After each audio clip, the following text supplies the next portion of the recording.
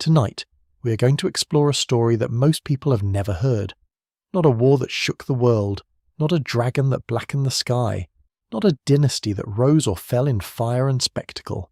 Instead, we are going to drift slowly into something quieter and in some ways more remarkable. The story of a small port town, a proud lord, a king who made a mistake, and the 6 months that may have changed the fate of an entire dynasty. The Defiance of Duskendale is not a famous story, but it is a true one, or as true as history ever gets when it is this old and this human, and I think, if you let it, it will carry you somewhere peaceful tonight. So settle in, let your shoulders drop, take a slow breath and feel it move through you. If these quiet journeys through the history of Westeros bring you some peace at the end of your day, a like and subscribe means a great deal, and to those already here, thank you. The world can wait. There is only this story now, and the quiet space you have made for yourself tonight. To understand what happened at Duskendale, we must first understand the world in which it happened. And that world, in the years leading up to what historians would later call the Defiance, was a world that looked, on its surface, very much like what a unified Westeros was supposed to look like. The harvests were not failing, the roads were reasonably safe, the great houses were not at open war with one another, the Iron Throne sat in King's Landing, the Red Keep rose above the city, and on the throne itself sat a Targaryen king who was, by almost any measure, not yet the man he would become. Aerys II of House Targaryen had come to the throne as a young man of 18 years, somewhere around 258 years after Aegon's conquest. And in those early years, in the bright morning of his reign, he had seemed to many observers to be exactly what Westeros needed. He was handsome, in the way that Targaryens so often were, with the silver-gold hair and the purple-violet eyes that marked his ancient bloodline. He was charming in court, quick with a laugh, capable of generosity, and possessed of what seemed, to those who encountered him, like genuine intelligence. He spoke of building things. He spoke of the realm's prosperity. He spoke in the manner of young kings who have not yet been tested, of justice, and of glory, and of the kind of reign that would be remembered. The maesters who would later write about this period would struggle, as historians so often do, to reconcile the man they were describing with the man he eventually became. It is a difficulty worth sitting with for a moment, because it matters to everything that follows. Aerys II. Targaryen was not born a monster. He was not, in those early years of his reign, the figure of nightmare that later generations would know him as.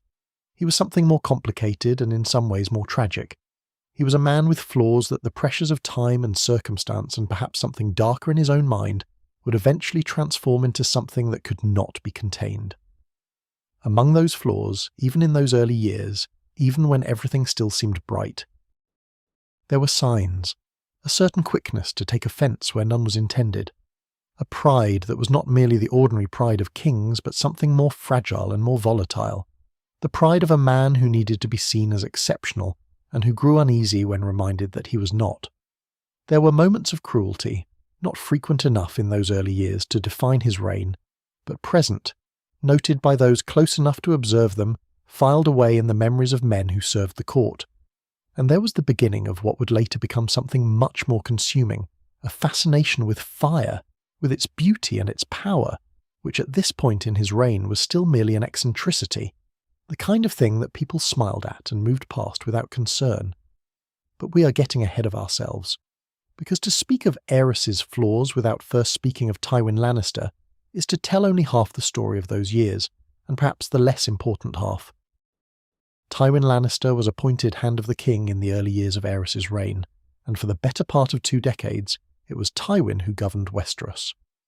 This is not an exaggeration, nor is it meant as a criticism of Aerys, at least not yet. The relationship between a king and his hand is always complex, and in this case it was more complex than most, because Aerys and Tywin had known each other since boyhood.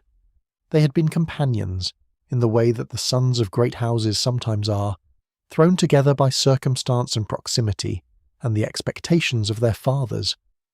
There was something between them that might, in its earliest form, have been called friendship, though friendship between a future king and the heir to the wealthiest house in Westeros is always a complicated thing, threaded through with power and obligation, and the awareness that the balance between them is not and can never truly be equal.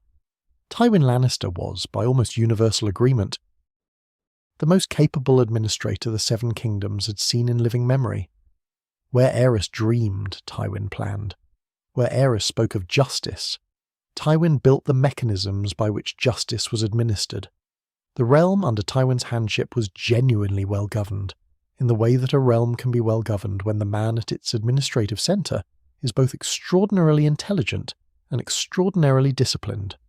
Roads were maintained, tax collection was regularised, disputes between lords were resolved before they could fester into conflicts. The great houses were managed, their rivalries acknowledged and carefully balanced. Tywin understood power the way a master craftsman understands the material he works with. He knew its weight and its grain and its weakness, and he shaped it with patience and precision. And Aerys, for years, allowed this. More than allowed it, he relied upon it, in the way that a man who's been given an extraordinary gift sometimes relies upon it, without ever quite understanding what he has. The realm ran smoothly. The realm was praised. Visitors from Essos remarked on its orderliness and its prosperity. And much of the credit, when credit was given, went not to the hand who had built these things, but to the king who sat upon the throne above them, because that is how courts work, and because Tywin, whatever his other qualities, did not seek recognition. He sought outcomes. But something else was happening beneath the surface of these productive years, something quieter and more corrosive. Aerys was aware, as he could hardly not be, that the lords of Westeros admired Tywin. Not merely respected him in the way that competence demands respect, but admired him in the way that people admire a kind of excellence they find genuinely impressive. There were whispers, the kind of whispers that travel through court like wind through a corridor, always present, always just below the level of directness, suggesting that the realm was not so much ruled by a Targaryen king as managed by a Lannister hand. These whispers may not have been malicious in their origins. Some of them were simply observations, the kind of thing that people say when they are trying to make sense of how power actually works in the world around them.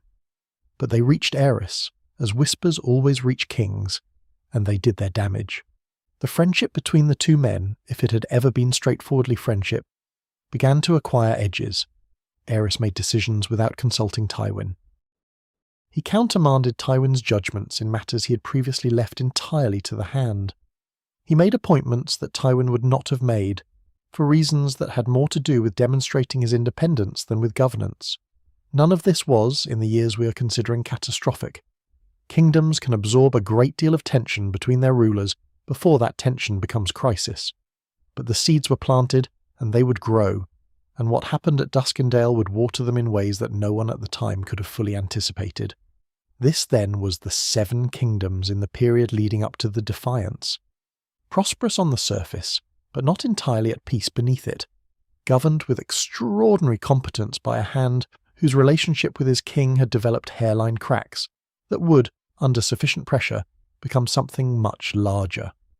Ruled by a king whose considerable intelligence was shadowed by a pride too easily wounded and a mind that was, perhaps not as stable as it appeared to the lords who bent their knees before the Iron Throne and saw only the silver hair and the purple eyes, and the ancient name. The great lords of the realm went about their business. The Starks kept their watch in the cold north. The Lannisters administered the Westerlands from Casterly Rock with the efficiency that was their particular inheritance. The Tyrells managed the fertile Reach, its vast fields and its complicated politics. The Martells kept their own council in Dorne, as they always did, at a slight remove from the rest of the kingdom's affairs. The Tullys held the Riverlands in their moderate and reliable grip. And in the capital, King's Landing, the city continued to grow in the way that great cities do, drawing people from every corner of the realm and beyond it, filling its streets with commerce and ambition and the particular noise of a place where power concentrates. It was in many respects an ordinary time, and ordinary times in Westeros are perhaps more rare and more fragile than they appear, because ordinary times are always resting on the accumulated weight of old tensions and old grievances and the specific personal qualities of the men and women who hold power within them. Change a few of those qualities, adjust a few of those tensions, and the ordinary time reveals itself as always having been simply the interval between crises, the breath held before the storm. In the years just before the Defiance, Westeros was holding its breath, though almost no one knew it yet. There was one more figure to introduce before we find our way to Duskendale. And that is young Rhaegar Targaryen, the prince, Aerys' son and heir, who was in these years still a youth, still growing into the formidable and haunting figure he would become. Rhaegar had his father's silver hair and something of his father's intelligence, but the quality of that intelligence was different, turned inward rather than outward, contemplative rather than restless. He read deeply. He played the harp with a skill that people who heard him described with a kind of reverence they found difficult to explain afterward, as though the music had done something to them they had not expected music to do. He was serious in the way that some young people are serious, carrying a weight of thought that seemed almost too large for his years. He appears at the edge of this story rather than at its centre.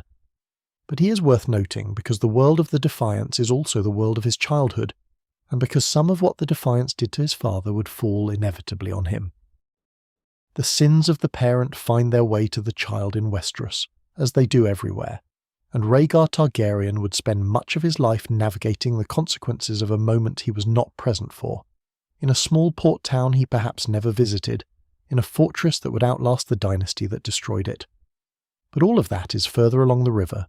For now, we remain here, in the years before, in the ordinary time, in the world that was about to change in ways that no one watching it from within could quite have predicted, and that historians looking back at it from the comfortable distance of centuries would find both comprehensible and deeply, quietly, sad. And so we turn, gently, away from the capital and its complications, away from the Red Keep and the Iron Throne and the long shadow that Tywin Lannister cast across the governance of the realm, and we travel east along the coast of Blackwater Bay, following the shoreline as it curves away from King's Landing toward quieter places. The water here is dark and cold for much of the year, the kind of cold that settles into stone and stays there, that you can feel in old walls even on warm days, a reminder of all the winters the stones have absorbed over the centuries. And it is along this stretch of coast, perhaps a day's ride from the capital if the roads are good and the weather cooperates, that we find Duskendale. It is worth pausing here before anything has happened, before any gate has closed or any king has made any decision he cannot unmake, to simply spend some time in this town. To walk its streets in our imagination, to feel the particular texture of a place that history had, up until the moment we are approaching, treated with the comfortable indifference it reserves for places that are not quite important enough to be famous.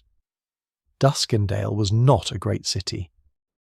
It was not King's Landing, with its teeming hundreds of thousands and its towering sept and its dragon pit empty now of dragons but still enormous against the sky. It was not Old Town, ancient and vast, its high tower rising above the Honeywine like a stone finger pointing at the heavens. It was not Lannisport, bright with Lannister gold and the particular confidence of a city that has never known genuine want. Duskendale was something else. Something smaller and in its own way more interesting, because small places have a texture that great cities sometimes lose beneath the weight of their own importance. It was a port town of perhaps several thousand souls, built where a modest river met the bay, with the harbour that had been its reason for existing, and its principal source of pride for as long as anyone could remember. The docks were old. You could see that in the way the stone had been worn smooth by generations of feet, by the particular dark stain that salt water leaves on pale rock over centuries, by the way the pilings in the water had taken on the look of something grown rather than built, as though they had always been there and the water had simply arranged itself around them. Ships came and went from Duskendale with reasonable regularity, carrying the kinds of goods that reasonable ports carry, wool and timber, and preserved fish, and the various products of the surrounding countryside, which was fertile enough to support a modest prosperity, without ever producing the kind of surplus that makes a place wealthy. The town itself climbed gently from the harbour, up toward the small hill where Duskendale stood. This is another thing worth noting about Duskendale, that its castle was not a castle of the kind that appears in the songs, not a Winterfell or a Casterly Rock or a Storm's End. Not a place that seemed to have been built by giants or by magic or by some act of will so enormous it still resonated in the stones. Duskendale was a working fortress, solid and old and functional, with walls thick enough to matter and towers high enough to give a useful view of the harbour and the surrounding land, but without the kind of grandeur that makes a building into a symbol. It had been built to do a job, and over the centuries it had done that job competently. And there was a certain honesty in that, a certain dignity in buildings that do not pretend to be more than they are. House Darklyn had held Dusken Fort and the town below it for a very long time. This is perhaps the most important thing to understand about them before we go any further, because time in Westeros is not merely a measure of duration, but a form of identity. Families that have held their seat for many generations carry that history in a particular way, in the way they walk through their own halls, in the assumptions they make about their place in the world, in the pride that is not merely personal but ancestral, accumulated across centuries and passed down like the castle itself, stone by stone, generation by generation. The Darklyns were not a family of recent elevation. They were not lords who had been granted their seat as a reward for something done in a recent war, not newcomers who were still, consciously or not, proving themselves. They were old. Their line stretched back further than most, into the years before Aegon's conquest, into the time when the various lords and kings of the coastline had each governed their own small corner of the world, according to their own customs and their own understanding of how power worked. There is a particular quality that comes with this kind of age, and it is not always comfortable. Old families in Westeros tend to remember their history in ways that newer houses do not, because their history is so much longer and so much more complicated. They remember the compromises that were made when Aegon came, the bending of knees that was also, in some measure, the giving away of something that had once been theirs entirely. They remember the rights and privileges that were acknowledged then and in the generations following, the charters and the agreements and the understandings, some formal and some merely understood, that governed the relationship between the Great Throne in King's Landing and the smaller seats scattered across the realm. They remember these things with a precision that can sometimes look, from the outside, like grievance, though from the inside it feels more like simply knowing what was once agreed and expecting that agreement to be honoured. The Darklyn sigil was a double-headed horse, black, upon a field of scarlet and white. Their words, as best as the records preserve them, spoke to endurance, to the particular virtue of remaining in place across time. They had given knights to the realm in various conflicts over the centuries. They had paid their taxes, answered the calls to war that reached them from King's Landing, administered their small corner of Blackwater Bay with the competence that their position required. They were not a house that had distinguished itself through extraordinary brilliance or extraordinary failure. They were, in the way that is perhaps the most honest way for a house to be, simply present, simply continuous, part of the fabric of the realm in the way that the older stones in an old wall are part of its fabric, not the most visible or the most celebrated, but in some ways the most essential. Lord Denys Darklyn was, by the time our story finds him, a man of middle years and middling reputation, which is to say that his reputation was neither terrible nor extraordinary, but simply the reputation of a lord who had done his duties without either disgracing himself or doing anything remarkable enough to attract particular praise. He was known in the circles where such things are known as a proud man, and this pride was not the swaggering kind that announces itself loudly and makes enemies efficiently, but the quieter and in some ways more intractable kind, the pride of a man who knows his own worth and expects that worth to be recognised, and who feels its absence with an acuteness that he does not always entirely conceal. He cared about Duskendale in the way that lords who have never ruled anywhere else sometimes care about their seat, which is to say that he cared about it with something approaching the intensity of personal identity. Duskendale was not merely the place he administered, it was the place that defined him, and its standing in the world was, in a very real sense, his standing in the world. The question of the charter had been building for some time before it became a crisis, and it is worth understanding what the charter actually was, because it was not in its essentials an outrageous demand. Duskendale had once been a more significant port than it was by the time of Aerys's reign. In earlier centuries, before King's Landing had grown into the enormous city it had become, Duskendale had held a more important position in the commercial life of the eastern coast, handling more trade, serving more ships, generating more revenue for its lords and for the crown. As King's Landing grew, as its harbour expanded and its infrastructure improved, and its position as the capital gave it every possible advantage in attracting trade, Duskendale had inevitably declined in relative terms. Not collapsed, not failed, but faded in the particular way that places fade when a more powerful neighbour grows up next to them, gradually, without drama, in a way that is easy to miss year by year, and only obvious when you look back across a longer span of time. The charter that Denys Darklyn sought would have addressed this, at least in part. It would have granted Duskendale certain trading rights and exemptions, reduced the tariffs that Duskendale merchants paid on goods moving through King's Landing, and acknowledged certain administrative autonomies in the running of the port that would have allowed the Darklyns to compete more effectively for the trade that was currently bypassing them in favour of the capital. These were not unreasonable requests when considered in isolation.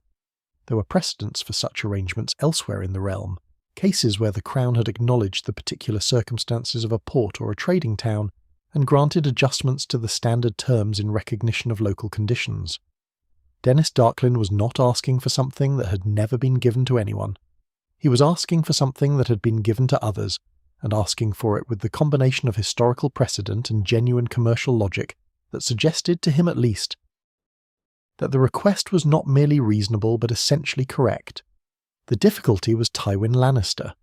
This requires a small amount of care to explain properly, because it was not simply personal. Tywin Lannister, as Hand of the King, was responsible for the financial health of the realm, which meant he was responsible for the tariff revenues that flowed through King's Landing and into the royal treasury. Granting exemptions to Duskendale would reduce those revenues, marginally but not negligibly. More importantly, it would set a precedent.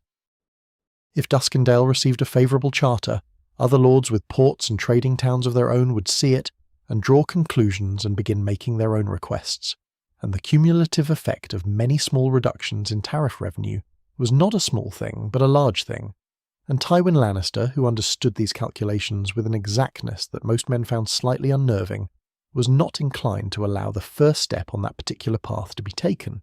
He denied the petition with the efficiency that characterized all his administrative decisions, and he did so by the accounts that survive without particular cruelty or drama, simply as a matter of policy, the way a sensible man closes a door that he judges better left closed.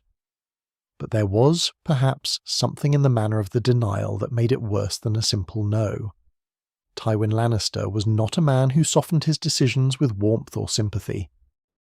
He was not cruel in the way that some powerful men are cruel, taking pleasure in the exercise of authority over those who cannot challenge it, but he was not gentle either, and the denial of Denys Darklyn's petition arrived in Duskendale as something rather flat and absolute, without the kind of acknowledgement of the underlying merit of the request that might have made the refusal easier to accept. It was the denial of a bureaucrat who has many matters to attend to, and does not consider this particular matter among the more pressing of them.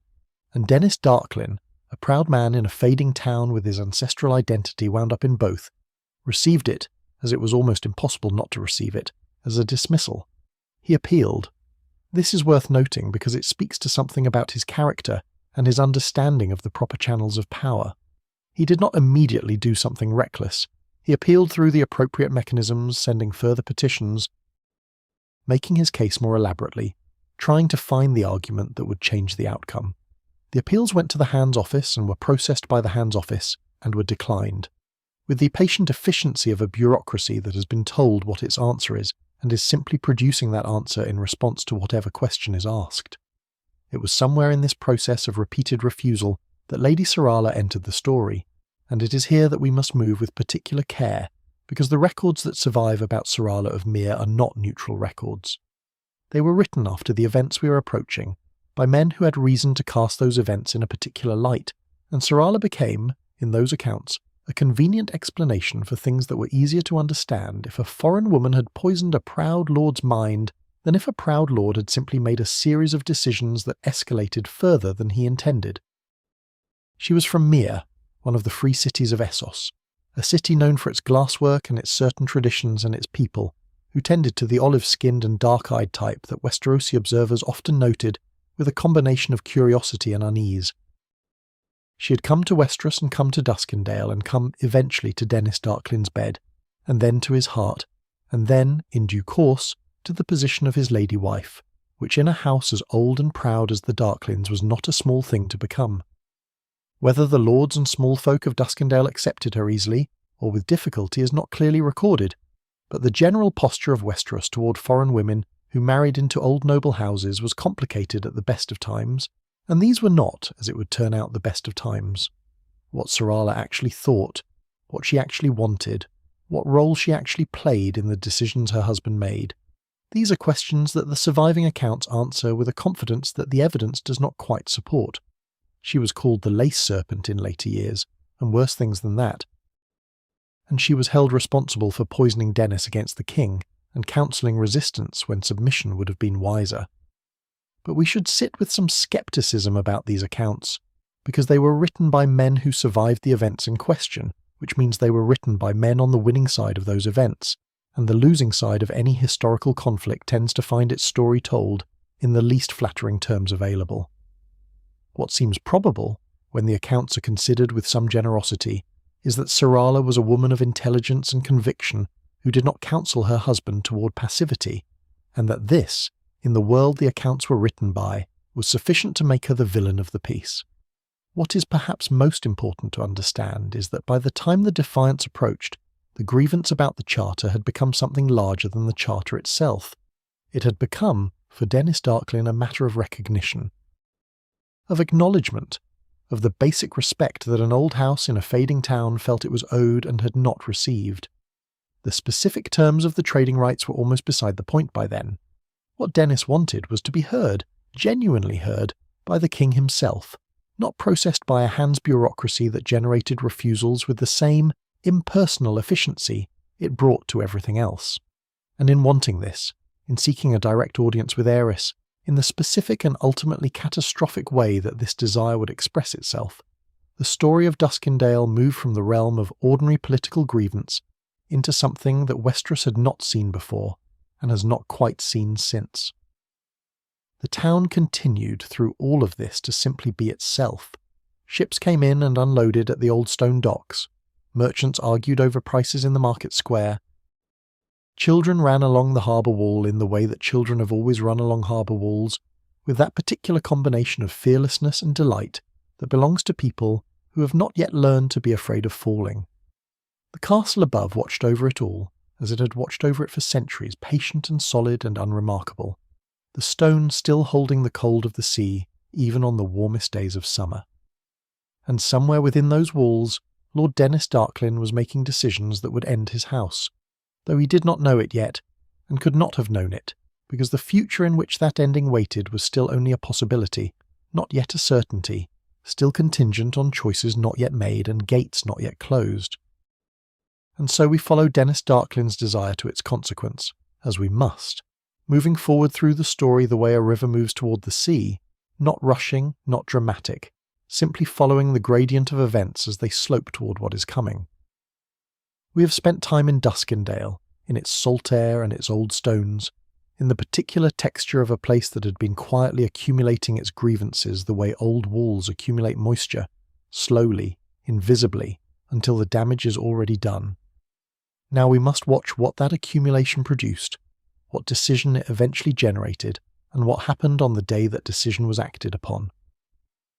The precise sequence of communications between Duskendale and King's Landing in the period leading up to the Defiance is not entirely clear in the surviving records. History has a way of losing its paperwork, particularly the paperwork that pertains to minor disputes between provincial lords and royal administrators, the kind of correspondence that seems routine until suddenly it is not, and by the time people understand that something important has happened, the documents that led to it have been misfiled or burned or simply not kept by people who did not yet know they would matter. What the records do preserve is the general shape of what happened, and that shape is this. Denys Darklyn, having exhausted the ordinary channels of petition without result, sought a direct audience with the king. He wanted to put his case before Aerys himself, not before the Hands Office, not before administrators who would process his request and return the same answer the same way they always had, but before the king, man to man, lord to sovereign, in the direct way that the old relationships between houses and the Iron Throne had once worked, before the machinery of royal governance had grown large enough to insulate kings from the people who served them. Whether this request for a direct audience was itself the beginning of the trap, or whether the trap developed later and around a different circumstance, is one of those questions that historians have debated without resolution. Some accounts suggest that Denys invited the king to Duskendale with the intention of taking him captive from the beginning, that the charter dispute was merely a pretext, a constructed grievance designed to create the conditions for something far more audacious. Other accounts, and these are the ones that feel more honest about the complexity of human motivation, suggest that the captivity was not planned in advance, but emerged from a situation that escalated beyond what anyone had intended, that Denys Darklyn was a proud man pushing at what he thought were the appropriate levers of royal attention, and simply pushed too hard and too far, and found himself on the other side of a line he had not quite seen until he had already crossed it. We cannot know for certain. We can only follow the events as they unfolded, and in doing so try to resist the temptation that hindsight always offers, which is the temptation to see every step on the path to a disaster as having been inevitably aimed at that disaster from the beginning. People rarely aim at disaster. They aim at something else entirely, and disaster is what they find when they miss. What seems most probable, given everything we know about the people involved and the circumstances surrounding them, is something like this. Denys Darklyn extended an invitation to Aerys to visit Duskendale, framed in the language of hospitality and lordly welcome, with the suggestion that a direct conversation about the town's circumstances might resolve matters that had proven resistant to resolution through correspondence. This was not, in itself, an unusual thing for a lord to do. Kings made progresses through their realm. They visited the seats of their great lords and their lesser lords. They held court in places other than King's Landing. The invitation to visit Duskendale was the kind of invitation that could have been declined without insult, that should have been declined, given the circumstances, and that was in fact counselled against by people whose counsel Aerys did not take. Tywin Lannister did not want the king to go to Duskendale. This is recorded clearly enough in the accounts that survive, though the exact words of his objection have been filtered through too many retellings to be trusted in their specifics. The substance of his objection was straightforward. The Darklyn situation was a minor matter that had been handled appropriately through the proper channels. A royal visit would elevate it beyond its actual importance, would suggest that lords who were dissatisfied with the Hand's decisions could obtain a different outcome by requesting a personal audience with the king, and would thereby undermine the very administrative structure through which the realm was governed. This was Tywin's argument, and it was a good argument, the kind of argument that a man who understood governance made about the relationship between personal royal attention and systematic royal administration. But there was something else in Tywin's opposition, or so the more perceptive accounts suggest. There was the awareness that the situation in Duskendale had developed a particular texture, a combination of wounded pride and frustrated expectation, and a lord who had been repeatedly refused and who had not quietly accepted those refusals, that made it feel less routine than it appeared on its surface. Whether Tywin had specific intelligence about what Denys Darklyn might do, whether he suspected what was coming in any concrete way, is not clear. What seems true is that he was uncomfortable, in the way that men who understand power are sometimes uncomfortable, when the patterns around them deviate from the patterns they expect, when something feels slightly wrong in a way they cannot quite articulate. Aerys did not listen. And here we must try to understand why, not to excuse the decision, which had consequences that speak for themselves, but to understand it, because understanding is different from excusing, and the story becomes flatter and less true if we reduce it to a king who simply made a foolish choice for no reason. Aerys did not listen to Tywin for several reasons that were, from Aerys's perspective, each of them comprehensible. He was tired of being managed.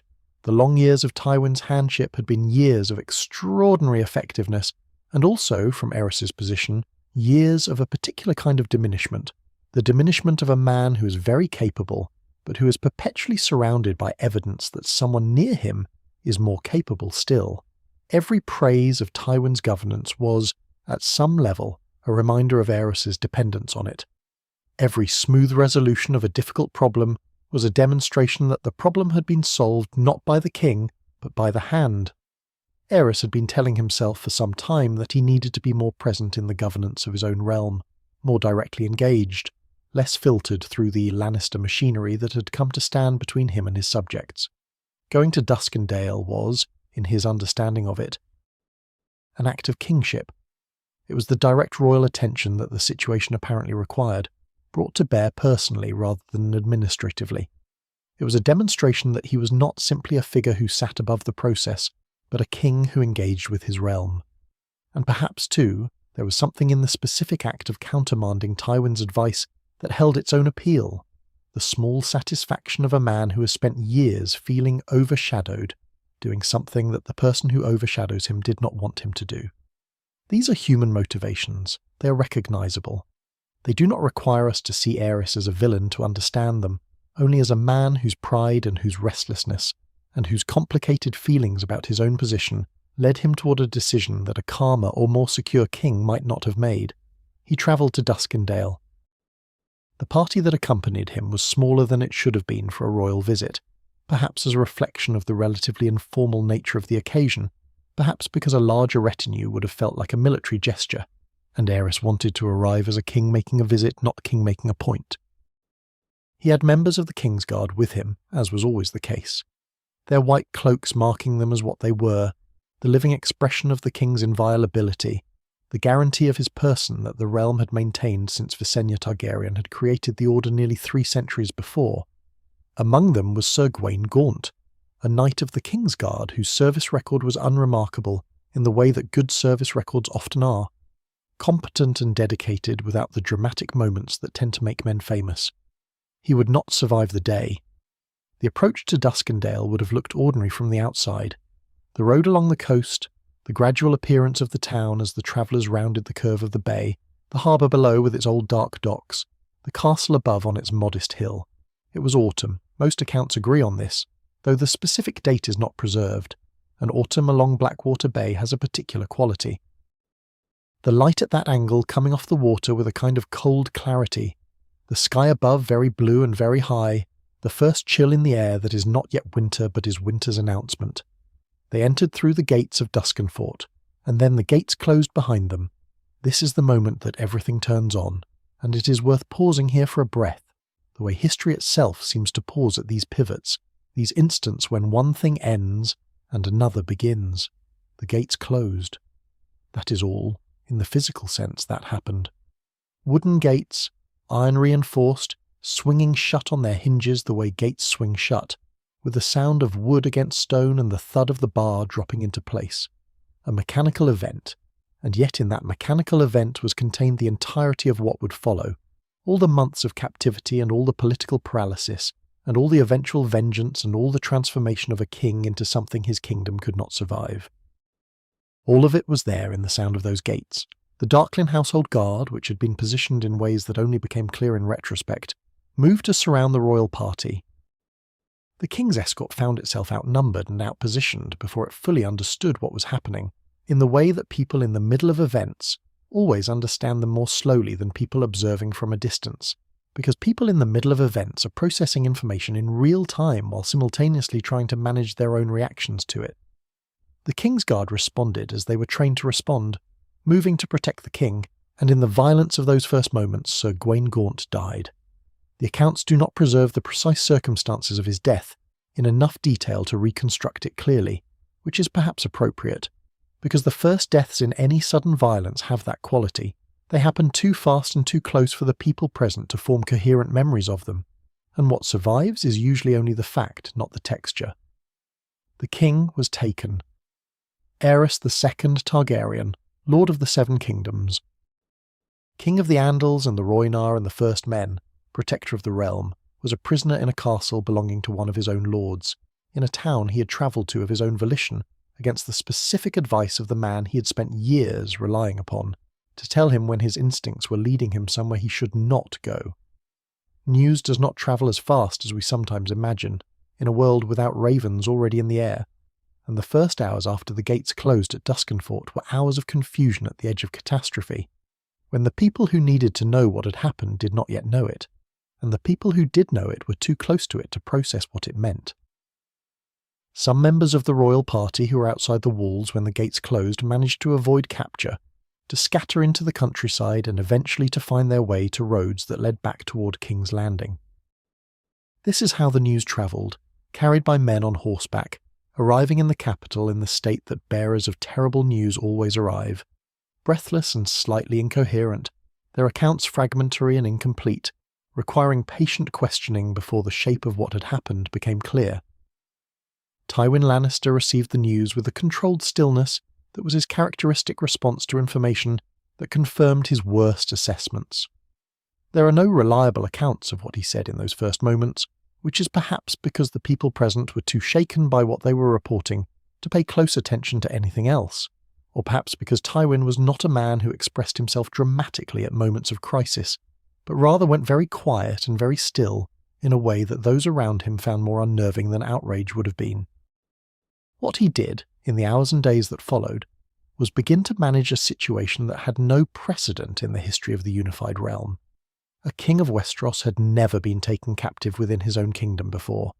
The situation was extraordinary in a way that made ordinary responses feel inadequate, and the people charged with responding to it, the members of the small council, the great lords who could be reached quickly enough to consult, Tywin himself, were working without a map in territory that no one had ever navigated. What do you do when the king is a prisoner of one of his own lords? You cannot simply ignore it. You cannot easily negotiate, because negotiating implies accepting the legitimacy of the captivity, implies treating the captor as though his position gives him standing to make demands, which creates its own impossible complications. And you cannot simply march an army to Duskendale and demand the king's release, because Denys Darklyn, whatever else he was not entirely without leverage, and the most terrible expression of that leverage was the threat, stated or implied, that if an army appeared at the walls of Duskenfoot, the king inside those walls would not survive its arrival. The news spread through King's Landing in the way that extraordinary news always spreads through a large city, faster than it could be managed and in forms more distorted than anyone would have preferred. The city did not panic precisely, but it did that thing that cities do when their certainties are suddenly uncertain. It became very loud in some places and very quiet in others, and in neither the loudness nor the quietness was there much comfort to be found. Somewhere behind the walls of Duskenfoot, the king sat in whatever room had been prepared for him, and the autumn light moved across the stones, and the sound of the harbour came up from below, and the world that had seemed so manageable and so comprehensible a day ago had become something else entirely. Something that none of the people inside that castle, neither the captor nor the captive, had fully intended, and none of them yet knew how to resolve. If you're finding these contemplative explorations of Westerosi history and politics a peaceful way to end your day, a like and subscribe really helps others discover these gentle journeys through the past. And to those already subscribed, thank you for being part of this community of those who find comfort in slowly unfolding stories of power and patience, of roses growing strong through centuries of careful cultivation. And now we slow down. The story asks it of us, and we should not resist. Because what followed the closing of those gates was not action but its opposite, not the sharp, decisive movements of crisis, but the long, formless wait of waiting. And waiting has its own texture, its own particular quality of time, which is different from the time of ordinary days in ways that are difficult to describe, but impossible to miss when you are inside it. 6 months. That is how long the Defiance of Duskendale lasted. Measured from the closing of the gates to the opening of them again, and 6 months is long enough for seasons to change, long enough for the world outside to shift in small but accumulating ways, long enough for the people inside a situation to be remade by it in ways they would not have chosen and cannot entirely undo. We will spend some time in those 6 months now, moving through them slowly, the way the months themselves moved, without urgency, without resolution, simply present in the long middle of a story that did not yet know how it would end.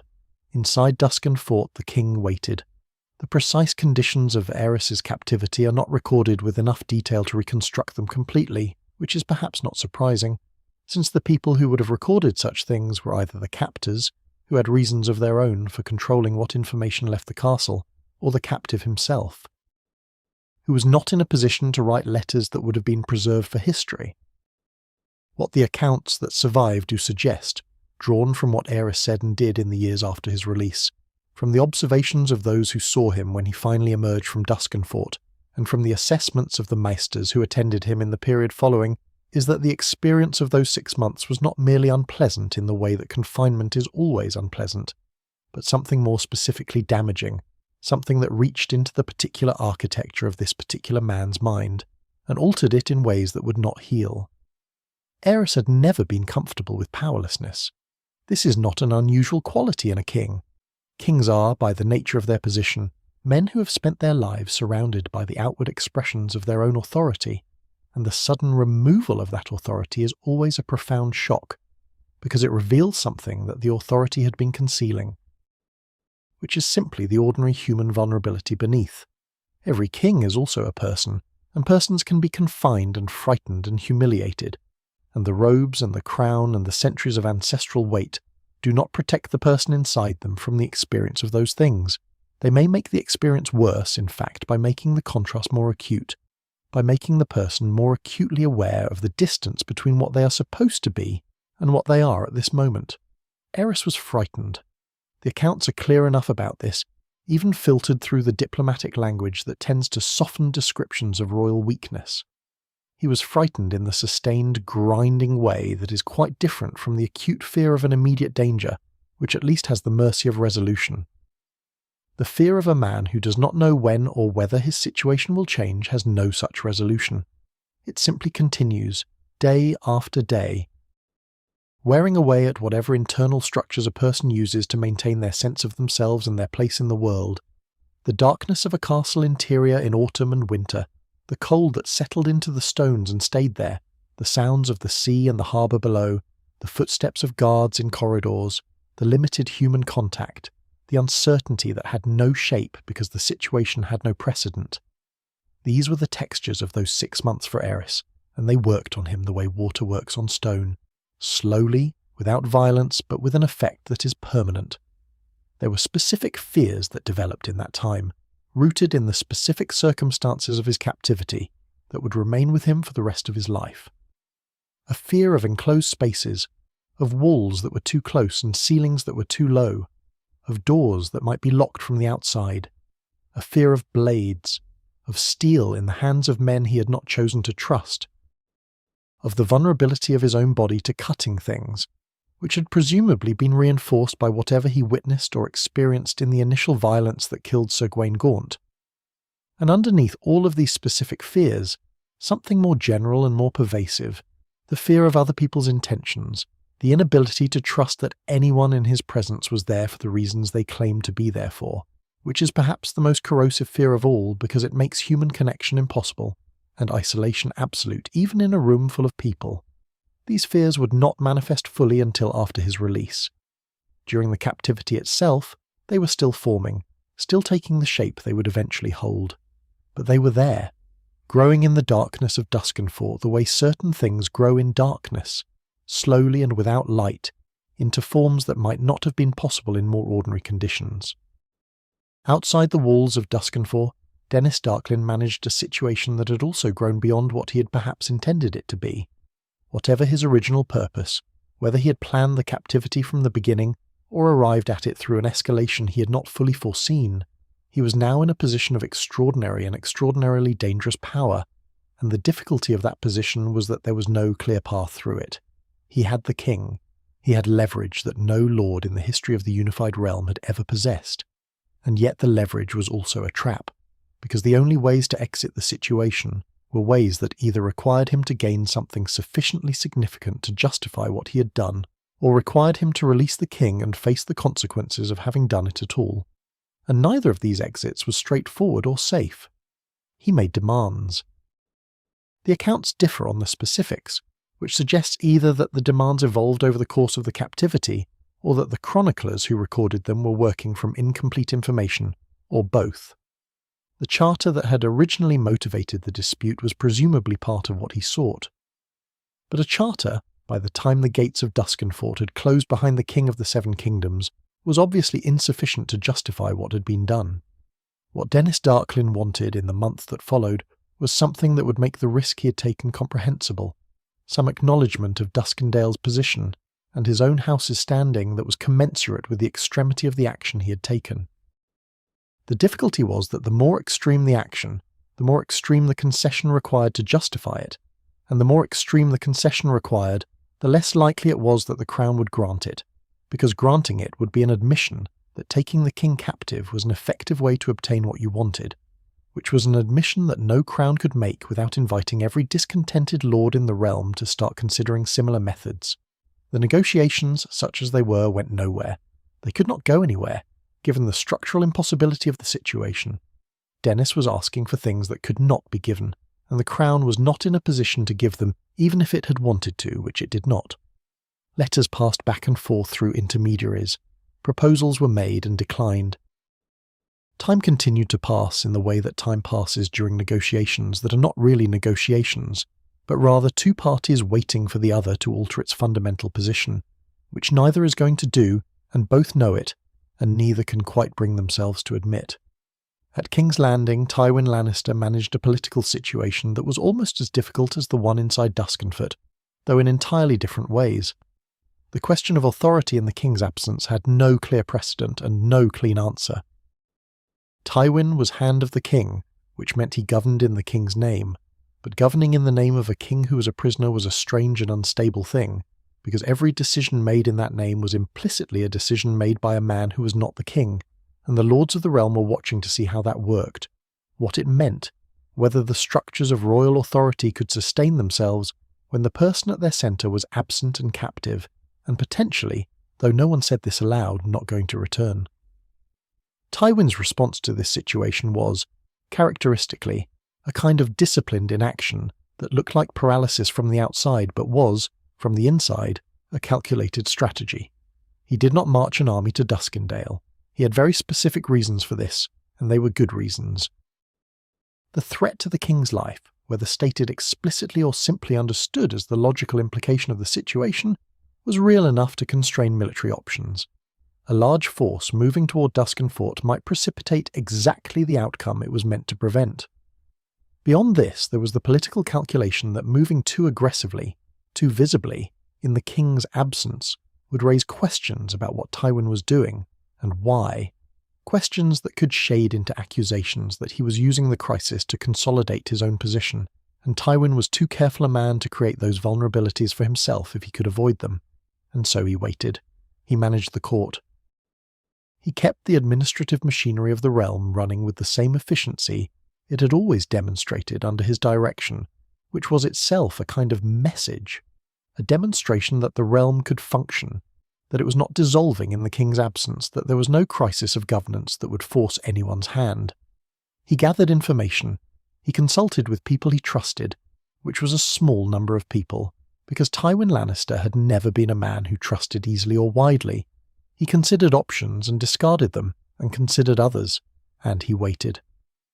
The small council met with the regularity that such bodies maintain, even when the circumstances make regular meetings feel slightly unreal, men sitting around a table in the Red Keep discussing the governance of a realm whose king was a prisoner in his own kingdom.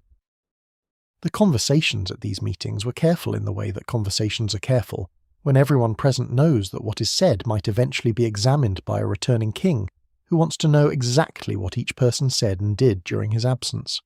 People were thorough and documented everything and made no recommendations that could be characterized as overreaching, and the general atmosphere was one of men doing their jobs while being very conscious of the fact that they were being observed, even in the absence of an observer. There was a rescue attempt and it failed, and the failure cost a man his life, and nearly cost the situation what little remaining stability it had. Sir Simon Hollard, a knight in service to House Hollard, a minor house connected to the Darklyns by the particular web of relationship and obligation that connected lesser houses to greater ones throughout the realm, attempted to reach the king inside Duskendale through means that the accounts do not describe in enough detail to reconstruct clearly. Whether he was acting on orders from outside or on his own initiative or on some combination of the two is not certain. What is certain is that the attempt was discovered, and that Sir Simon Hollard died in the discovery, and that his death tightened the situation rather than loosening it, because it confirmed to Denys Darklyn that the king's allies were not simply waiting patiently, but were actively seeking to remove what leverage Denys had, which made him less willing to be moved toward resolution and more inclined to hold what he had with greater determination. The failure of the rescue attempt also underlined for those managing the crisis from King's Landing how limited their options actually were. Direct action inside the walls had been tried and had failed. Negotiation was not producing movement. Military pressure was constrained by the threat to the king's life. The situation had the quality of a problem that has no good solution, only a range of less terrible ones, and the task of governance was to find the least terrible option available, while the weeks continued to accumulate into months, and the king remained behind closed gates in a castle by the sea. Winter was coming in by the time the 6th month approached, in the way that winter comes to the eastern coast, gradually and then with sudden decisiveness, the temperature dropping and the wind off the bay acquiring an edge that had not been there in the early weeks of the captivity. The harbour below Duskendale would have been quieter in these months, fewer ships moving, the fishing boats pulled up or moored and waiting, the activity of the docks reduced to the minimum that survival required. The town itself would have been quieter too, the particular quietness of a place where something is wrong. Where the normal routines of life continue because they must, but with a quality of unease beneath them that changes how everything feels, that makes even familiar things feel slightly strange. Inside the castle, the king marked the passage of time in whatever ways were available to him. The accounts give us very little of the interior experience of those months, and we should not pretend to know more than we do.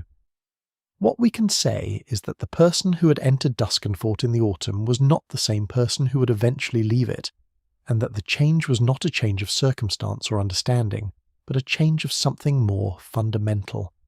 Something in the way the mind relates to the world around it, something in the basic machinery of trust and safety, and the assumption that the future will resemble the past in ways that make it navigable. That machinery had been damaged. The damage would not be repaired, and the realm, though it did not yet know it, would eventually pay the cost of that damage in ways that would make the 6 months in Duskendale seem, in retrospect, like the smallest possible price for the catastrophe it had purchased. But the 6th month came, as months do, without announcement, simply by the accumulation of days, and with it came a different kind of thinking in King's Landing, a recognition that the waiting had gone on long enough, that the situation could not simply continue indefinitely, that something had to change. What changed, and how it changed, and the extraordinary person through whom the change arrived, is where our story turns next, moving from the long stillness of those months toward the single night that ended them. There is a particular kind of decision that can only be made when all the other decisions have been exhausted, when the careful weighing of options has produced nothing but the recognition that the options are insufficient, that the situation requires something different in kind rather than different in degree, something that does not fit neatly into the categories of action that have already been considered and set aside. The small council had considered armies and rejected them. It had considered negotiation and watched it fail. It had considered the rescue attempt that Sir Simon Hollard had made and seen what that cost. The winter was settling in along Blackwater Bay, and the king was still behind the walls of Duskendale, and the months had accumulated into a weight that the realm could not continue to carry without something giving way beneath it.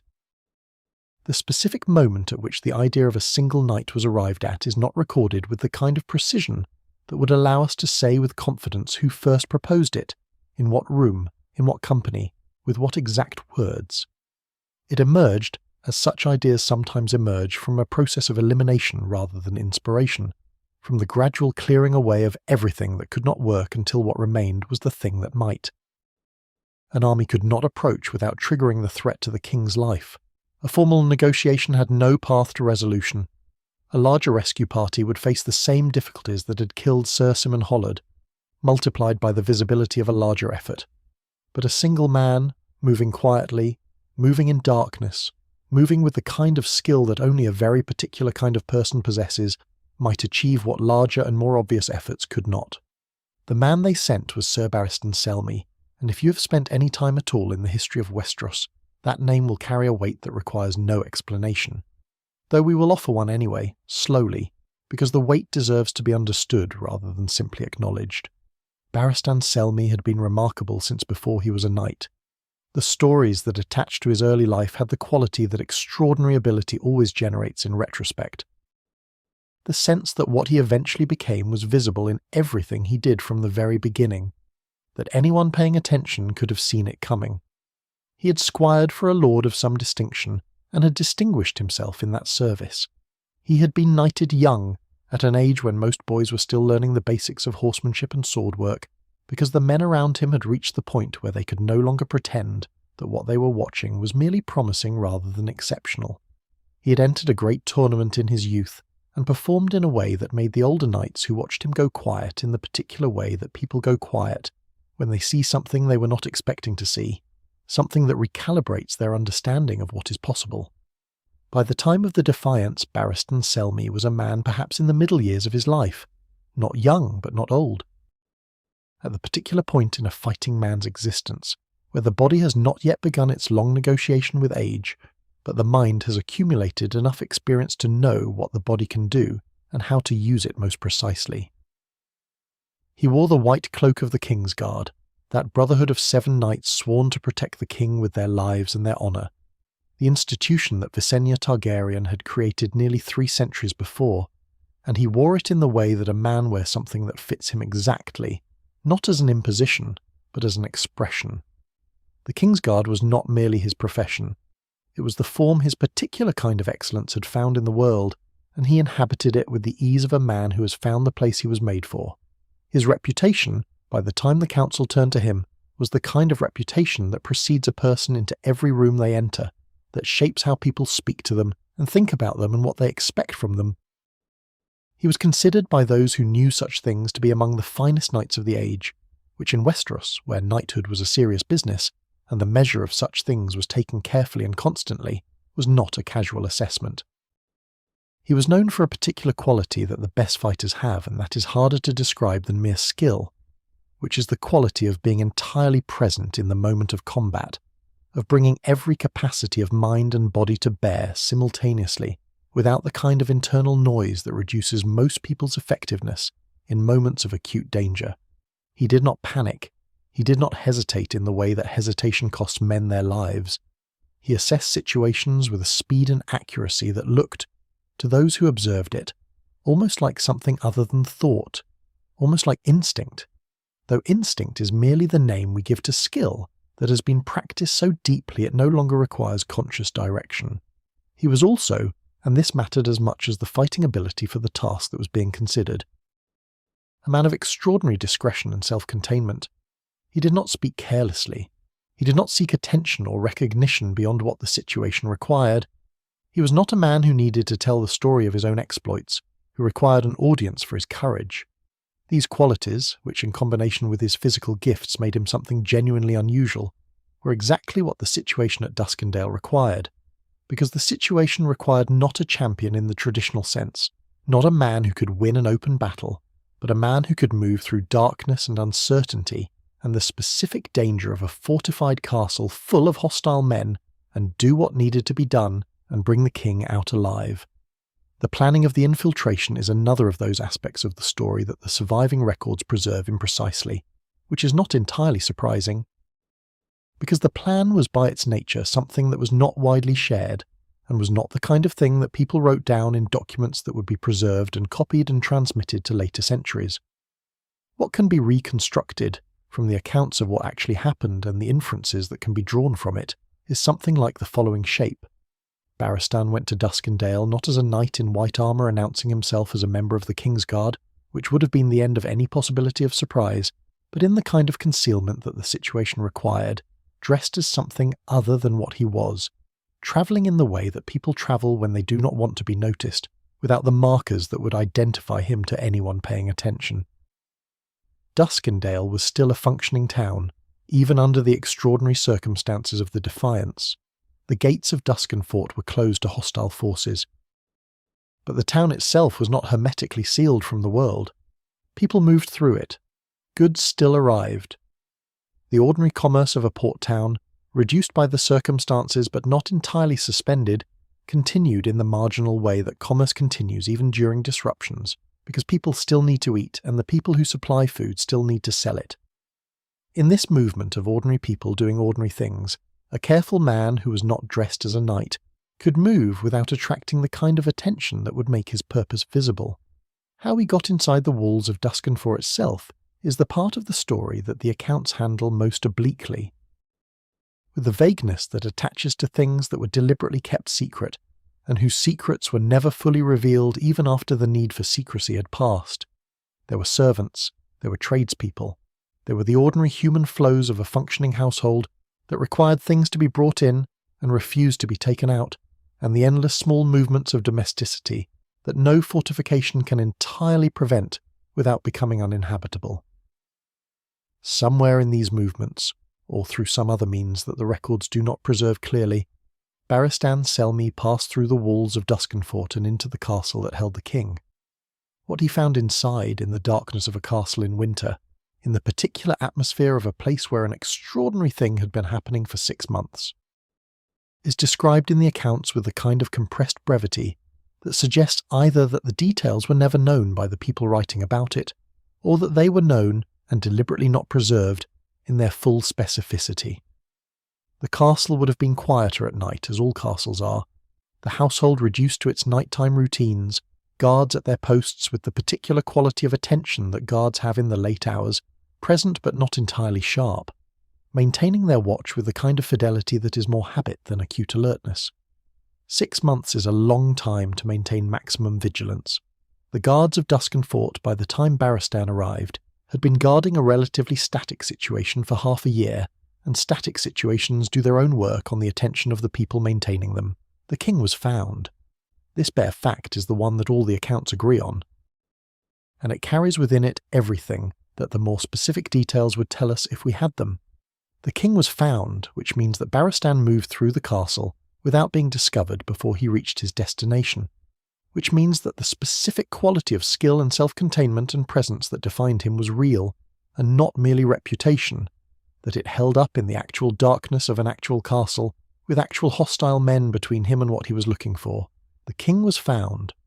What Aerys looked like after 6 months of captivity, what condition he was in physically and in terms of his state of mind, is described in terms that are careful and somewhat indirect. The language of accounts written by people who were aware that they were describing a king and who moderated their descriptions accordingly. He had not been physically tortured in the formal sense, as best as can be determined. The Darklyns were not pursuing a strategy of deliberate physical cruelty, but 6 months of confinement, of fear, of the specific psychological pressures that the captivity had imposed, had left marks that were visible to anyone who saw him, a thinness, a wildness in the eyes, the particular look of a man who has spent a very long time in a state of sustained and unresolvable anxiety. He was not the king who had ridden into Duskendale in the autumn. Something had changed in him that was apparent immediately to anyone who looked at him, and would become more apparent as the weeks and months after his release revealed what the captivity had done. There was a moment, presumably, of recognition, of the particular quality of relief that comes when something that seemed impossibly far away suddenly arrives, when the situation that had seemed permanent and without exit suddenly reveals an exit. What was said between them in that moment, if anything was said, is not preserved. What we know is that they moved. This is the part of the story that carries within it the most acute physical tension, the movement through a hostile castle in darkness, with discovery possible at every turn, and it must be said that this tension, even described at the remove of centuries, even filtered through the scholarly hedging that responsible historical narration requires, does not entirely submit to the meditative pace we have maintained through the rest of this story. It simply has a different quality. We will move through it slowly nonetheless, because slowness is what we have and what serves us, and because the movement through that castle, whatever its quality in the experiencing, is something we are observing from a great distance, more legend than event by now, more shape than texture. They moved through the castle. The darkness worked for them, as darkness works for those who are trying not to be seen, concealing what daylight would have made visible. Whether they encountered anyone in those corridors, whether the movement out was entirely undiscovered or partly discovered, and managed in ways the accounts do not fully detail, is another of the story's uncertainties. What the accounts do tell us, with a clarity that suggests this detail was too significant to lose, is that Denys Darklyn died during the escape, and that his death was part of how the escape was completed. The specific circumstances of his death vary between accounts in ways that make reconstruction difficult. Some suggest he was encountered directly, and died in the violence of that encounter. Others suggest a different sequence of events, a discovery that led to pursuit, that led to confrontation, that led to his death. What all the accounts agree on is that the man who had closed the gates of Duskendale behind the king of the Seven Kingdoms did not survive the night that the king left through them, and that this outcome, whatever its precise mechanism, was both the end of the immediate crisis and the beginning of its consequences. Aerys passed through whatever opening Barristan had found or made, and out into the night beyond the walls of Duskendale. The winter air of Blackwater Bay, cold and salt-edged and carrying the smell of deep water, would have been the first free air he had breathed in 6 months. The harbour below, dark and quiet, the few ships that were moored there riding gently on the water, the stars above in the particular clarity that comes on cold winter nights when the air has that sharp, clean quality that makes distant things seem closer than they are. These sensory details are not recorded in the accounts. They are simply what the night would have been, in that place, at that time of year, and we can place them there with reasonable confidence because the physical world does not change to accommodate extraordinary events. It simply continues, and the night was cold and clear and smelled of salt, and into it came a king who had not been outside for 6 months, and a knight who had done something that would define how history remembered him. They did not stop in Duskendale. They moved away from the town, through the winter darkness, toward the forces that had been waiting at a distance for whatever outcome the night produced. And when the morning came, and the light came with it in the particular gradual way that winter mornings arrive, the situation had changed. The king was free, the defiance was over, Denys Darklyn was dead. And Duskendale, the small port town with its old stones and its faded harbour, would now face what came after, which was going to be very much worse than what had come before. The morning after a crisis ends has its own particular quality, different from the mornings that preceded it, and different again from the mornings that will follow. There is relief in it, certainly, the specific lightness that comes when something that has been pressing down for a very long time is suddenly lifted, when the situation that seemed permanent reveals itself to have been merely prolonged. But there is also, in that morning, the first awareness of what the crisis has cost, of what has changed in the world during the time it occupied, of what will need to be reckoned with now that the immediate emergency has passed and the longer consequences have space to make themselves known. The morning that Aerys rode away from Duskendale carried all of these qualities, the relief and the awareness and the particular unease of a situation that had ended but whose ending was not yet complete, because endings in Westeros as elsewhere are rarely as clean as the moment of their arrival suggests. The journey back to King's Landing was not swift, or rather it was not swift in the way that matters most, which is the internal way, the way in which a man processes what has happened to him and begins to understand what it means. Aerys was free. He was on a horse, which is something a prisoner is not, and the road stretched ahead of him toward the capital, and the men around him were his men, the white cloaks of the remaining Kingsguard and the soldiers who had been waiting at the distance that caution required, all of them now forming the escort that the return of a king demanded.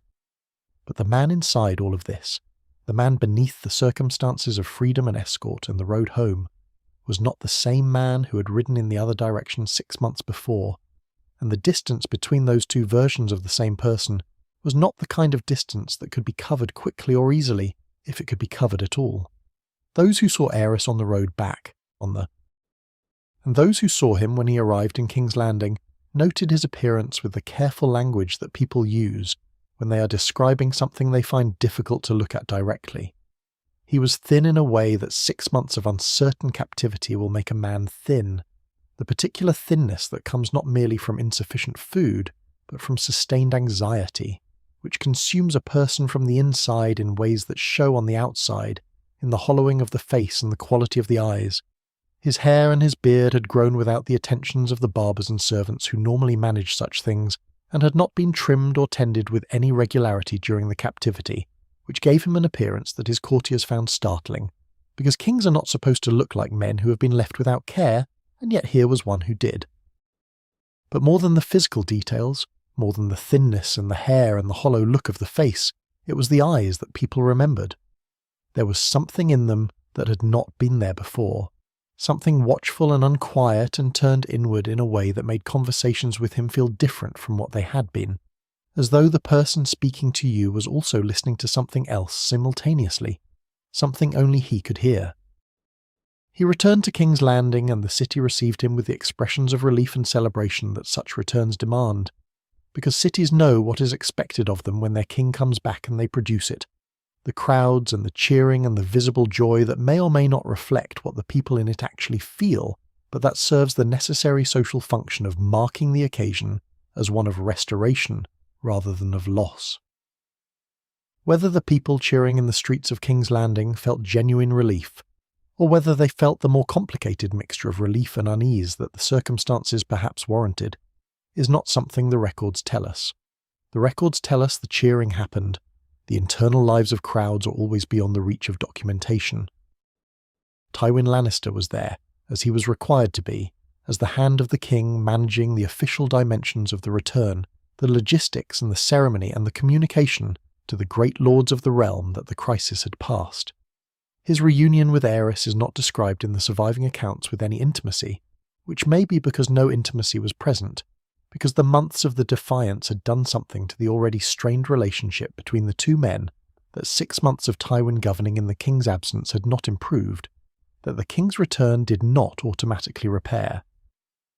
The power that Tywin had exercised during those months, necessary and competent as it had been, was power that Aerys had not granted, that had been assumed by circumstances, and Aerys was now a man whose relationship with the assumption of power over him was considerably more fraught than it had been before the gates of Duskendale had closed.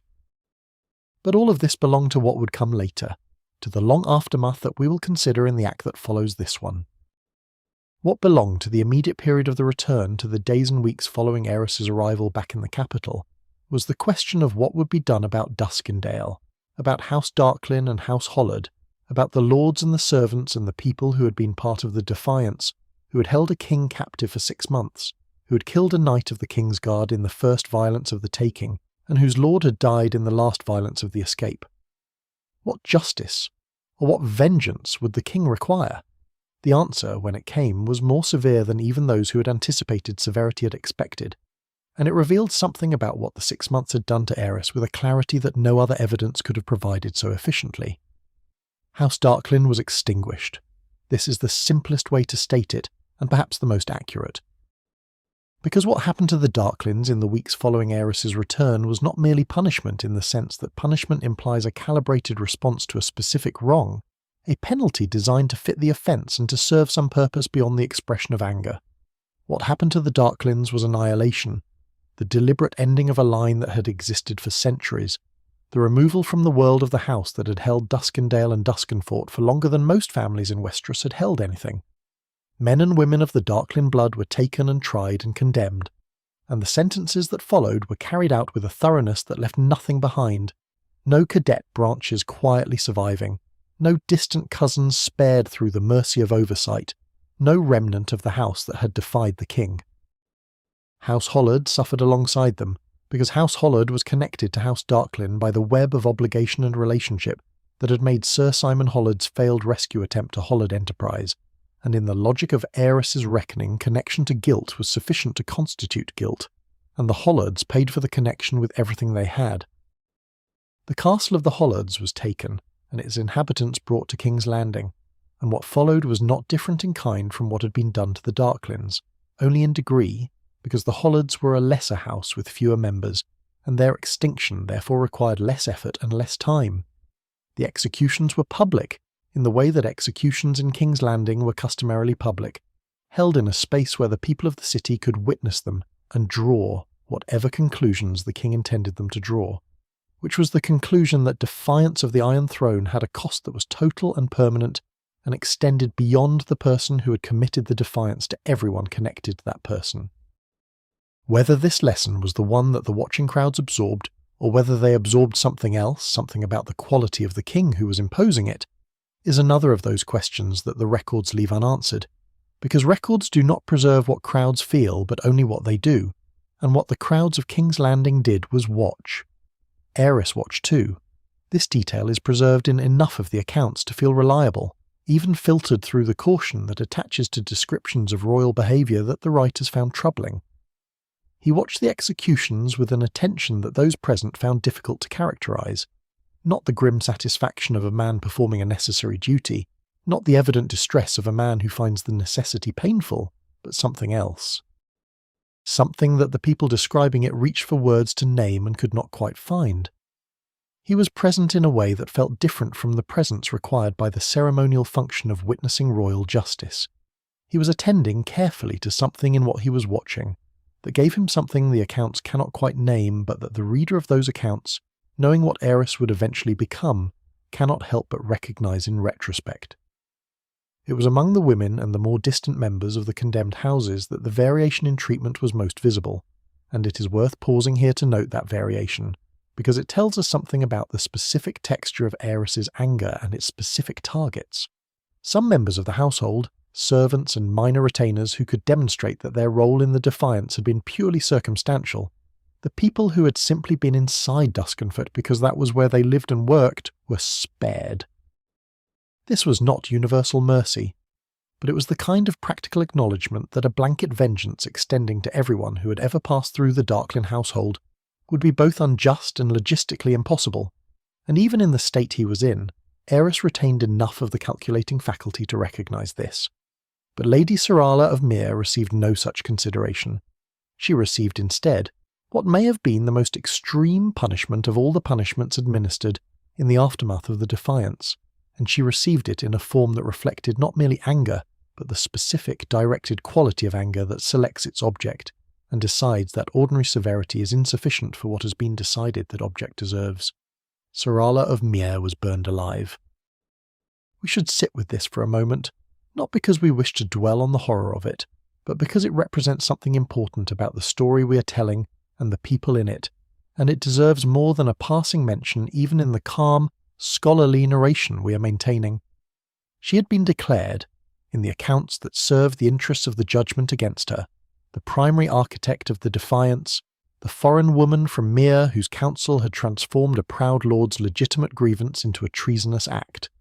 The lace serpent, they called her, the name suggesting that she had insinuated herself into the situation and poisoned it with her foreignness and her influence, and that everything that had followed was therefore her responsibility rather than her husband's, or at least as much hers as his, which was sufficient to justify what was done to her. We have already spent some time with our scepticism about this characterization, and that scepticism does not diminish here. The record of what Serala of Myr actually thought, and said and intended is not preserved in any form that allows us to assess the accuracy of what was claimed about her. What is preserved is the outcome, which is that she was burned, and that before she was burned her tongue was cut from her mouth, in a gesture that carried its own particular symbolism, the silencing of the voice that had allegedly poisoned her husband against his king, made permanent and literal in a way that the symbolism of such gestures rarely is. This was not justice in any sense that the term can sustain without being stretched beyond its meaning. It was vengeance, personal and extreme, directed at a woman who had been decided upon as a target, for reasons that had as much to do with her foreignness and her gender, and the convenience of having someone to blame as with any clear evidence of her specific culpability. The burning deserves note for another reason, which is that it was Aerys who chose it, in a period when his relationship with fire was already beginning to develop in ways that would become very much more significant later. Whether the burning of Serala was simply the most extreme punishment available, and therefore the one selected for the most extreme offence as he understood it, or whether there was something else in the choice, something that reflected the particular direction his mind was moving in the aftermath of the captivity, is impossible to say with certainty. What can be said is that he watched it, as he had watched the other executions, with that quality of attention that the people present found so difficult to describe. And then there was Dontos Hollard. Among all the members of House Hollard brought before the King's Justice in those weeks, Dontos was the youngest, a boy of perhaps 8 or 9 years, too young to have had any meaningful role in anything that had happened, too young in fact to have understood more than the outlines of what was occurring around him. He was the last surviving male of his house, which meant that in him, and through him, the question of whether the Hollard line would continue at all was concentrated with a particular intensity. To kill him was to end the house. To spare him was to leave a remnant, small and powerless, of a family that had been part of what happened at Duskendale. Barristan Selmy spoke for him. This, too, is worth pausing over, because it is an act that cost something, that required a man who had just performed an extraordinary service to the crown to spend some of the credit that service had generated. To use his standing in this moment of royal anger to ask for mercy for a child who had no other advocate. The accounts do not give us the exact words that Barristan used, but they preserve the fact of the appeal and its outcome, which is that Aerys, in this one instance, in the middle of an otherwise comprehensive vengeance, listened. Dontos Hollard was spared. He would not be killed. He would be stripped of his name's dignity in practical terms, the castle and the lands gone, the house effectively ended as a functioning entity, but the boy himself would live. It was a small mercy, measured against everything else that happened in those weeks, small enough that one could argue about whether mercy is even the right word for it, whether sparing a child who had done nothing is mercy or simply the minimum required by any standard of human decency. But it happened, and it happened because one man asked for it, and the fact that it happened at all, in the middle of what the Defiance's aftermath otherwise looked like, stands as a small point of light in a generally dark accounting. The people of Duskendale watched what happened to their lords from a distance that was both physical and psychological, the distance of people who have been caught in something larger than themselves and are waiting to find out what it will cost them specifically. The town itself was not destroyed, its walls were not burned, its harbour was not wrecked, its people were not punished as a collective in the way that they might have been if the king's anger had extended without distinction to everyone connected to the Defiance. There was in this some acknowledgement that the small folk of Duskendale had been subjects of their lord, not conspirators with him, and that the punishment of a lord need not be the punishment of his people. The town would continue. The harbour would continue to receive its ships. The cobblestones would continue to be worn smooth by the feet of people who needed to cross them. But Duskenfoot would stand without a Darklyn in it, the seat emptied of the family that had defined it for centuries, the halls that had rung with Darklyn voices for longer than anyone could remember now available for new assignment, to be given to someone else to begin accumulating a different family's history, if that is what the king decided. The absence of the Darklyns from Duskenfoot was a kind of negative space, an emptiness shaped exactly like what had been there before, and that shaped emptiness would be felt in the town below, by people who had known the Darklyns as the constant background fact of their lives for longer than any of them expected. What the vengeance accomplished, beyond its immediate expression of royal anger, is a question that the accounts do not address directly, but that sits implicitly in everything they record about the period following. The defiance had been unprecedented. The response to it was, in its thoroughness, designed to ensure that no lord with similar ideas would find the example of Duskendale instructive or encouraging. This purpose it perhaps served, in the limited sense that no similar captivity of a Westerosi king occurred again, at least not in the years that followed. But whether the specific severity of the vengeance served the realm's broader interests, whether it created more stability than it cost in terms of the anxiety it produced among the lords who watched it, and drew their own conclusions about the kind of king who was now sitting on the Iron Throne, is a different and more complicated question. It is a question to which we will return, gently and without urgency, as we consider what all of this ultimately meant, not just for Duskendale and the Darklyns, but for the realm they had briefly held in suspense, and for the king whose captivity had changed something in him that no rescue, however skilled, and no vengeance, however thorough, could put back the way it had been. There is a kind of damage that does not announce itself cleanly. It does not arrive with the sudden clarity of a broken bone or the visible evidence of a wound that can be dressed and monitored and declared healed when the healing is done. It arrives instead in small alterations, in the gradual shifting of patterns that were once familiar into patterns that are subtly, persistently wrong, in the way that a wall that has taken water damage looks almost the same as it always did until the day it does not, until the day the accumulated invisible change becomes visible all at once, and the people looking at it wonder how they did not see it coming. The damage that Duskendale did to Aerys II Targaryen was this kind of damage, and the years that followed his return to King's Landing were the years in which it made itself progressively more apparent, in which the small alterations accumulated into something that could no longer be described as the eccentricities of a difficult king, but had to be acknowledged, by those close enough to see it clearly, as something more serious and more permanent than that. The fears that had formed in the darkness of Duskenfoot did not diminish with time and freedom. This is the nature of fears that are rooted in genuine experience rather than in imagination. They do not respond to the removal of the circumstances that created them the way a rational argument responds to counter-evidence. They persist because they are not conclusions but conditions, states of the nervous system rather than positions of the mind. and they cannot be reasoned away or simply overridden by the restoration of normal circumstances. Aerys had been confined and helpless and afraid for 6 months in a castle by the sea, and no amount of time spent in the Red Keep, surrounded by his own people, exercising his own authority, could quite persuade the part of him that had been formed by those 6 months that he was now genuinely safe. He became, in the years following the Defiance, deeply reluctant to leave the Red Keep.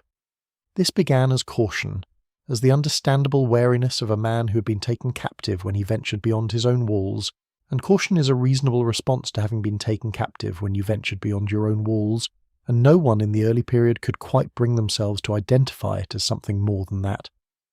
But as the months passed and became years, and the caution did not ease but deepened, it became clear that what was happening was not caution but something else. Not a reasonable adjustment to a changed assessment of risk, but a fundamental alteration in his relationship to the world outside the walls that protected him. He did not travel to the great tournaments that kings traditionally attended. He did not make the progresses through the realm that his predecessors had made, and that served the important function of showing the king to his subjects, and showing the king the conditions of his kingdom. He stayed in the Red Keep, in its familiar corridors and its known rooms, and the realm came to him instead, or did not come at all. And either way, the distance between the king and the kingdom he governed grew wider with each year that passed. His fear of blades became something that those who served him had to manage with considerable care and considerable awkwardness. The specific terror of cutting things that had developed in the months of his captivity, rooted presumably in whatever he had witnessed in the violence of Sir Gawain Gaunt's death, and whatever he had experienced or feared in the vulnerability of those 6 months, did not remain at a level that could be managed discreetly. It became increasingly visible, increasingly demanding, increasingly a factor in the ordinary business of court life that required constant accommodation.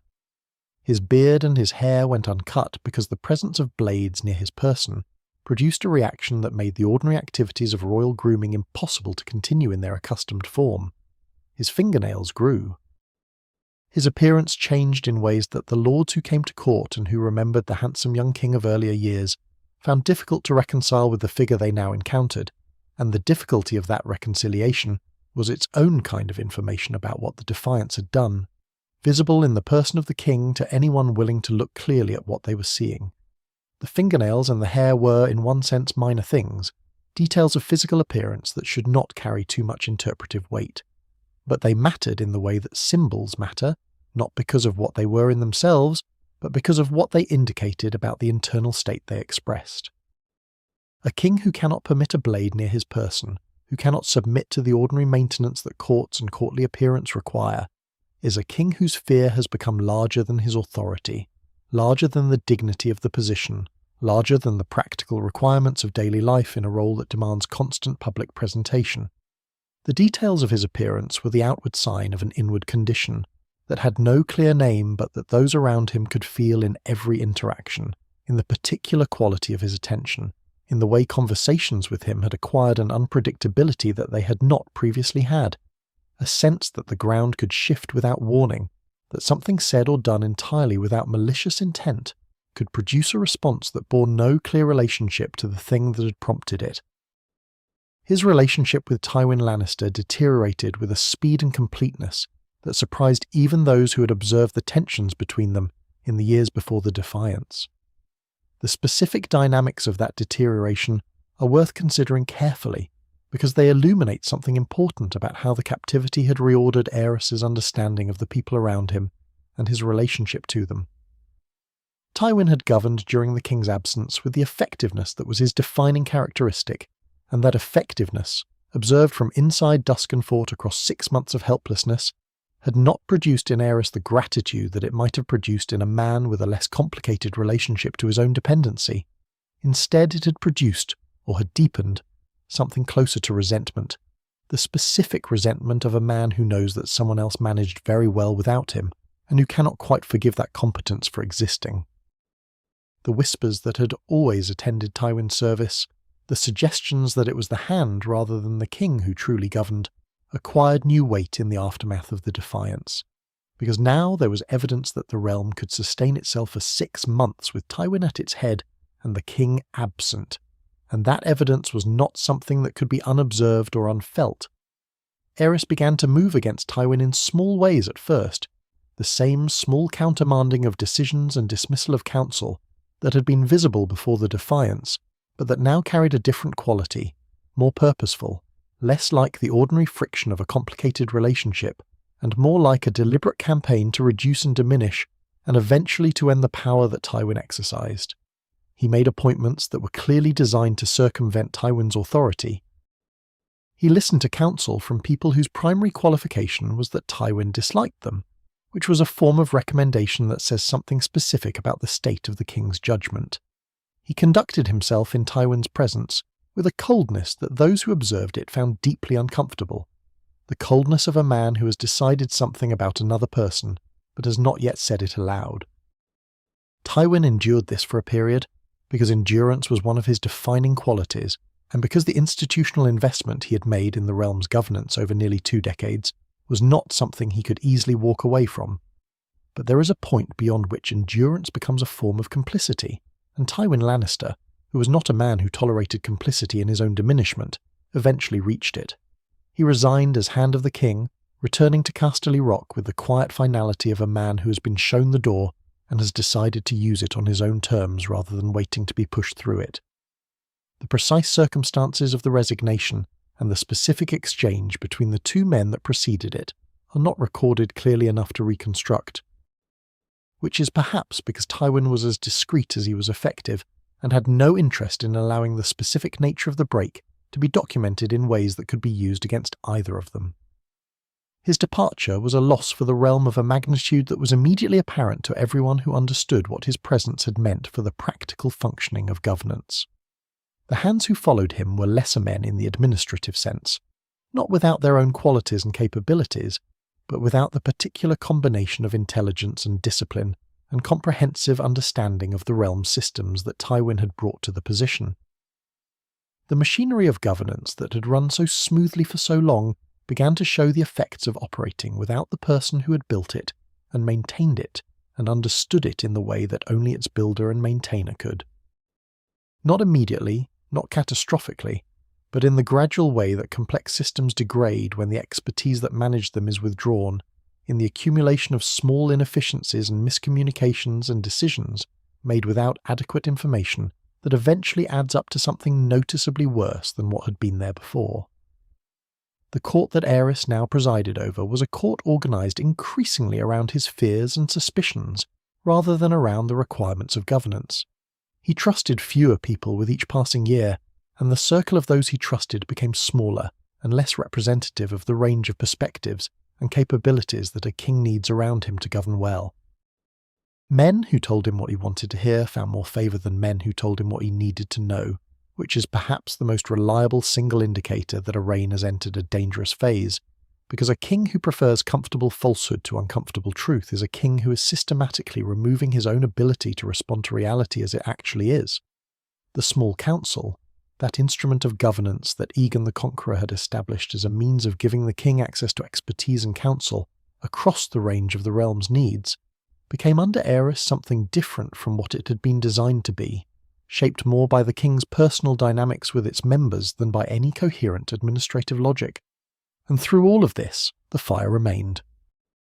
The fascination with fire that had been present in Aerys before the Defiance, manageable and peripheral, a quirk noted and filed away by those who observed the court, had become after it something more central, something that occupied a larger portion of his attention and expressed itself in ways that were harder to dismiss as merely eccentric. He spoke of fire with an animation that he brought to almost nothing else, with a quality of genuine enthusiasm that was increasingly absent from his engagement with the ordinary business of kingship. He watched fires burn with the same quality of attention that had unnerved people at the executions following the Defiance, that focused inward presence that seemed to be receiving from the flames something that the people around him could not perceive. The wildfire that the pyromancers of the Alchemist's Guild produced, that strange and terrible substance that burned with a heat and a persistence that ordinary fire could not match, began to interest him with an intensity that his advisers found difficult to know how to respond to, because the king's interest in wildfire was the king's interest, and the king's interest was not something that could simply be redirected or discouraged without consequences that no one in his court was willing to risk. Rhaegar Targaryen observed all of this from the position that the heir to the throne always occupies, which is the position of someone who is defined by his relationship to a power he does not yet hold, who must navigate the space between what his father is and what he himself will eventually need to be, in a world where the distance between those two things was becoming very wide indeed. Rhaegar was, by the time the effects of the Defiance had fully manifested in his father's behaviour, no longer the boy who'd been at the edge of the story we described in the early part of our exploration. He had grown into the figure that history would remember, the silver-haired prince with the harp, and the melancholy and the particular quality of gravity that made people who met him feel they had encountered someone carrying a weight they could not quite see. He was serious about the history of his house and his realm, in ways that reflected both his intelligence and his awareness of what was happening around him, and some of what he found in that history was not comforting. The tourney at Harrenhal, held in the years that followed the period we're examining, was Rhaegar's moment of most public visibility before the events that would end his life, and it sits at the edge of the story of the Defiance, the way that many things sit at the edges of this story, connected to it by the chain of consequence that the Defiance had set in motion without being directly caused by it. The specifics of what happened at Harrenhal, the mystery of the Night of the Laughing Tree, the crowning of Lyanna Stark, the complex web of things said and unsaid and done and undone that made that tourney one of the most analysed events in recent Westerosi history, are not our primary subject here, but they belong to the world that the Defiance helped create, the world of a realm increasingly uncertain about its king, and increasingly looking toward his son for something that the king was no longer able to provide. The connections between the Defiance and the events that would eventually become Robert's Rebellion are the kind of connections that historians draw with the caution that such large claims require, because history is not a simple chain where each event produces the next in a clean sequence, but a web of contingencies where many things contribute to outcomes, and no single thing can be identified as the cause without misrepresenting the complexity of what actually happened. And yet the connections are there, visible when you look for them, present in the way that the Defiance altered Aerys, and the way that altered Aerys made decisions that accumulated into the conditions for rebellion. The burning of Lord Rickard Stark and the strangling of his son Brandon, events that occurred in the years after the period we have been examining, were the acts of a king whose relationship with fire had become something his realm could no longer manage around, and whose paranoia had reached the point where the suspicion of treachery was sufficient to produce the same response that actual treachery might have warranted, without the intermediate step of determining whether the treachery was real. Rickard Stark demanded trial by combat, as was his right, and Aerys named fire as his champion, in a formulation that expressed the specific madness that the captivity had watered and tended into full growth over the years that followed it. These were not the acts of the young king who had ridden to Duskendale with something resembling confidence in his own authority. They were the acts of a man whose confidence had been replaced by something that wore confidence's face, while being, in its substance, something much darker and much more dangerous. Whether Aerys would have become this without the Defiance is the question that historians return to with the wistfulness that attaches to all questions about paths not taken. The instability was there before Duskendale, in the pride too easily wounded, and the occasional cruelties and the fascination with fire that had always been present. The Defiance did not create something from nothing, but it accelerated something, deepened something, pushed something past a threshold that might otherwise have been approached much more slowly, or never crossed at all. It took a man who might have been a difficult king and made him something considerably more serious than that, and the realm bore the cost of that transformation for the rest of his reign and beyond it, in the deaths that followed and in the war that ended the dynasty, and in everything that came after the war, which is a chain of consequence too long to trace here, and perhaps too long to trace anywhere completely. The small port town by Blackwater Bay, with its old dark docks and its salt-worn stones and the castle on the hill that now stood without its ancient family, had done all of this, or had been the place where all of this had happened, which is not quite the same thing, but is perhaps as close as we can get to a fair accounting of what Duskendale meant. It had been a small rebellion in a small place, lasting 6 months, resolved by a single night in a single night, and it had changed the course of a dynasty, and through that dynasty the course of the realm, and the smallness of the place and the largeness of the consequence, sit together in the historical record with the particular quality of all such disproportions, reminding us that history does not scale its effects to the size of its causes, that small things in the right conditions at the right moment can produce consequences that no one looking at the small thing in advance could have predicted or would have believed. We have been tracing large things for some time now. The fracturing of a king's mind, the deterioration of a dynasty's foundations, the long chain of consequence that ran from a closed gate in a small port town to the burning of lords and the eventual collapse of 3 centuries of Targaryen rule. These are the movements of history at its most expansive, the kind of story that takes place across decades and involves the fates of houses and kingdoms and the lives of thousands of people who never knew each other and never chose to be part of the same story, but found themselves in it nonetheless. It is important to tell these large movements. They are real, and they matter, and the full weight of what happened at Duskendale cannot be understood without them.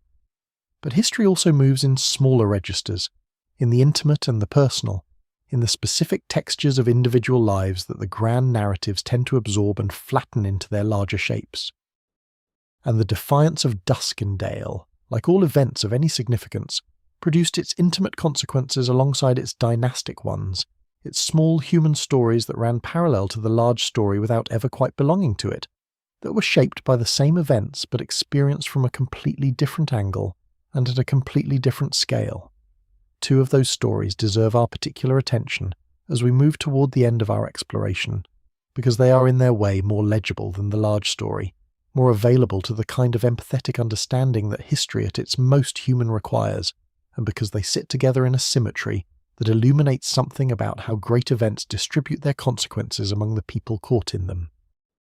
The first is the story of Barristan Selmy, and we should begin there because we left him at the end of the night that closed the Defiance, in the winter darkness outside the walls of Duskenfort, with the king he had rescued moving away from the town towards safety, and we should follow him a little further into the life that followed that night before we turn to the other story that waits alongside it. Barristan Selmy did not change after the rescue at Duskendale in the way that Aerys changed, which is perhaps the most important thing that can be said about him in this context. The experience did not break something in him or alter the fundamental architecture of his character in ways that persisted and deepened and eventually expressed themselves in destructive forms. He came out of that night as he had gone into it, which is to say that he came out of it as himself, with the same quality of self-containment and disciplined presence that had made him capable of going in the first place. This consistency, this ability to pass through extraordinary circumstances without being fundamentally reshaped by them, is itself a kind of extraordinary quality, not to be taken for granted in a person who had spent a single night doing what he had done in the cold and the dark with the king's life and his own on the same narrow edge. What changed for Barristan after Duskendale was not his character, but his reputation, and the change in his reputation was so thorough and so immediate that it amounted to a different kind of transformation. The transformation of a man who was already celebrated into a man who was legendary, which is a different category of human existence with its own particular demands and its own particular loneliness. The rescue at Duskendale became the story that was told about him, the deed by which he was known and measured and remembered, the thing that preceded him into every room he entered for the rest of his life.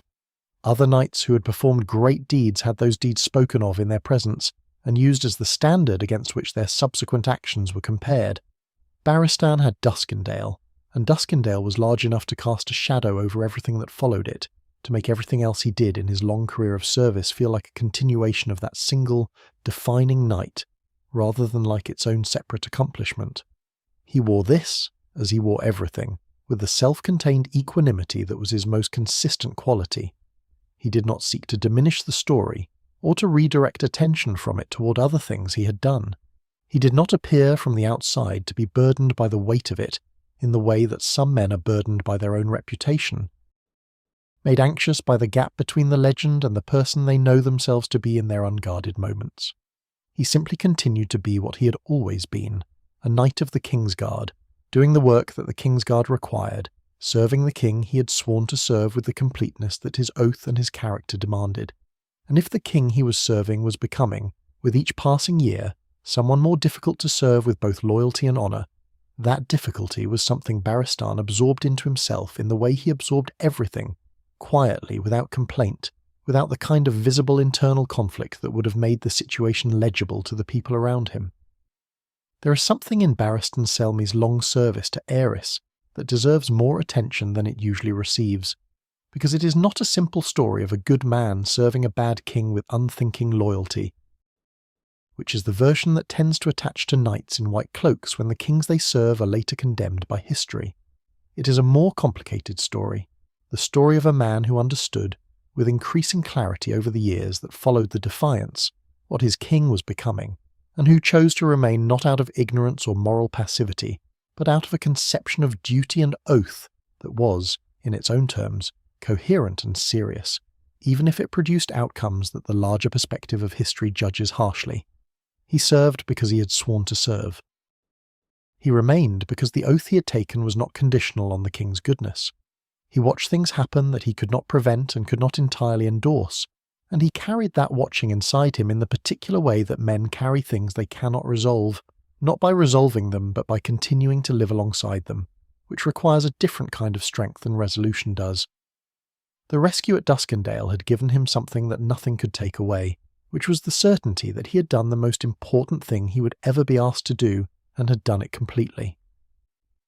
Whatever else his service contained, whatever compromises and accommodations and silences it required, that night was there, solid and clear, something that had been asked of him and that he had answered fully. It was enough to sustain a career and a reputation and a sense of himself that persisted through the long, difficult years of Aerys's decline, through the transition to the reign that followed, through decades of continued service that took him to places and situations that the young knight who had trained at the edge of greatness could not have anticipated. He was, by the time the larger story of the realm reached its most dramatic chapters, an old man still in white, still capable in ways that made younger knights uncomfortable with their own limitations, still carrying himself with the quality that had always defined him, that complete and present and entirely unself-conscious excellence.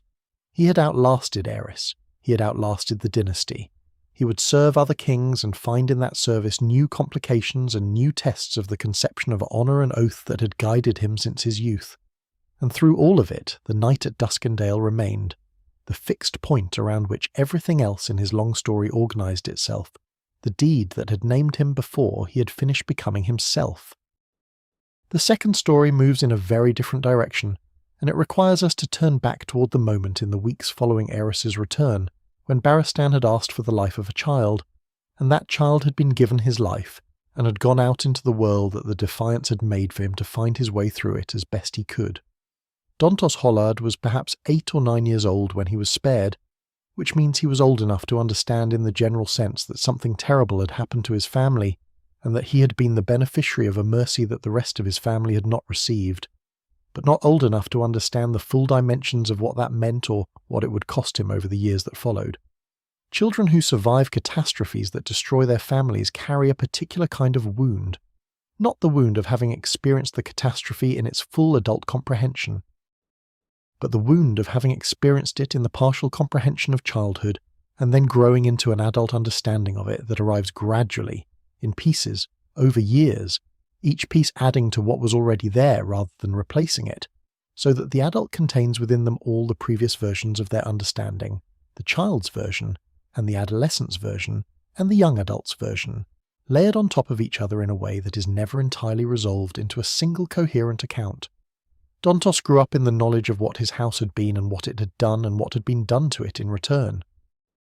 He grew up in King's Landing, in the court of the king whose captivity had been the cause of his family's destruction, in the proximity to power that his sparing had granted him, while simultaneously reminding him, constantly and without relief, of everything that his family's connection to that power had cost.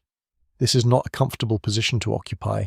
It is the position of a person who belongs to the world that destroyed him, who must daily navigate the space between the debt of survival and the grief of what survival cost, who cannot simply leave because leaving would mean abandoning the only world he knows, and who cannot fully remain without constantly encountering the evidence of his own loss. He was not, as he grew, a figure of any particular distinction. The qualities that had made his father and the men of his house consequential in the world, the martial ability and the administrative competence, and the particular pride of an old family in its seat and its standing. These did not manifest in Dontos in the forms that would have made them useful or visible. He drank. This is the detail that the records preserve with more consistency than almost anything else about him, the detail that seems to have defined how the people around him understood him, the detail that stands in the accounts as a shorthand for a life that had not developed in the direction that survival might have been expected to produce. He drank in the way that people drink when the alternative to drinking is the unmediated experience of their own circumstances, which is to say that he drank with a dedication that went beyond pleasure or sociability and into something more systematic, more like a management strategy for an interior life that had more in it than he knew how to carry sober. The court absorbed him in the way that courts absorb people who have nowhere else to go and whose connection to the court is too old and too complicated to simply sever, which is to say, imperfectly and without much grace. He became, over the years, a figure of the margins, present in the spaces where the court's life happened without quite being part of it, known to the people who moved through those spaces without being known well, recognized without being seen. He was not cruel, and he was not malicious, and he was not, beneath the drinking and the dissolution, without the remnants of the qualities that his birth had given him, the basic decency and the capacity for genuine feeling that no amount of damage entirely eliminates from a person who was not damaged to begin with.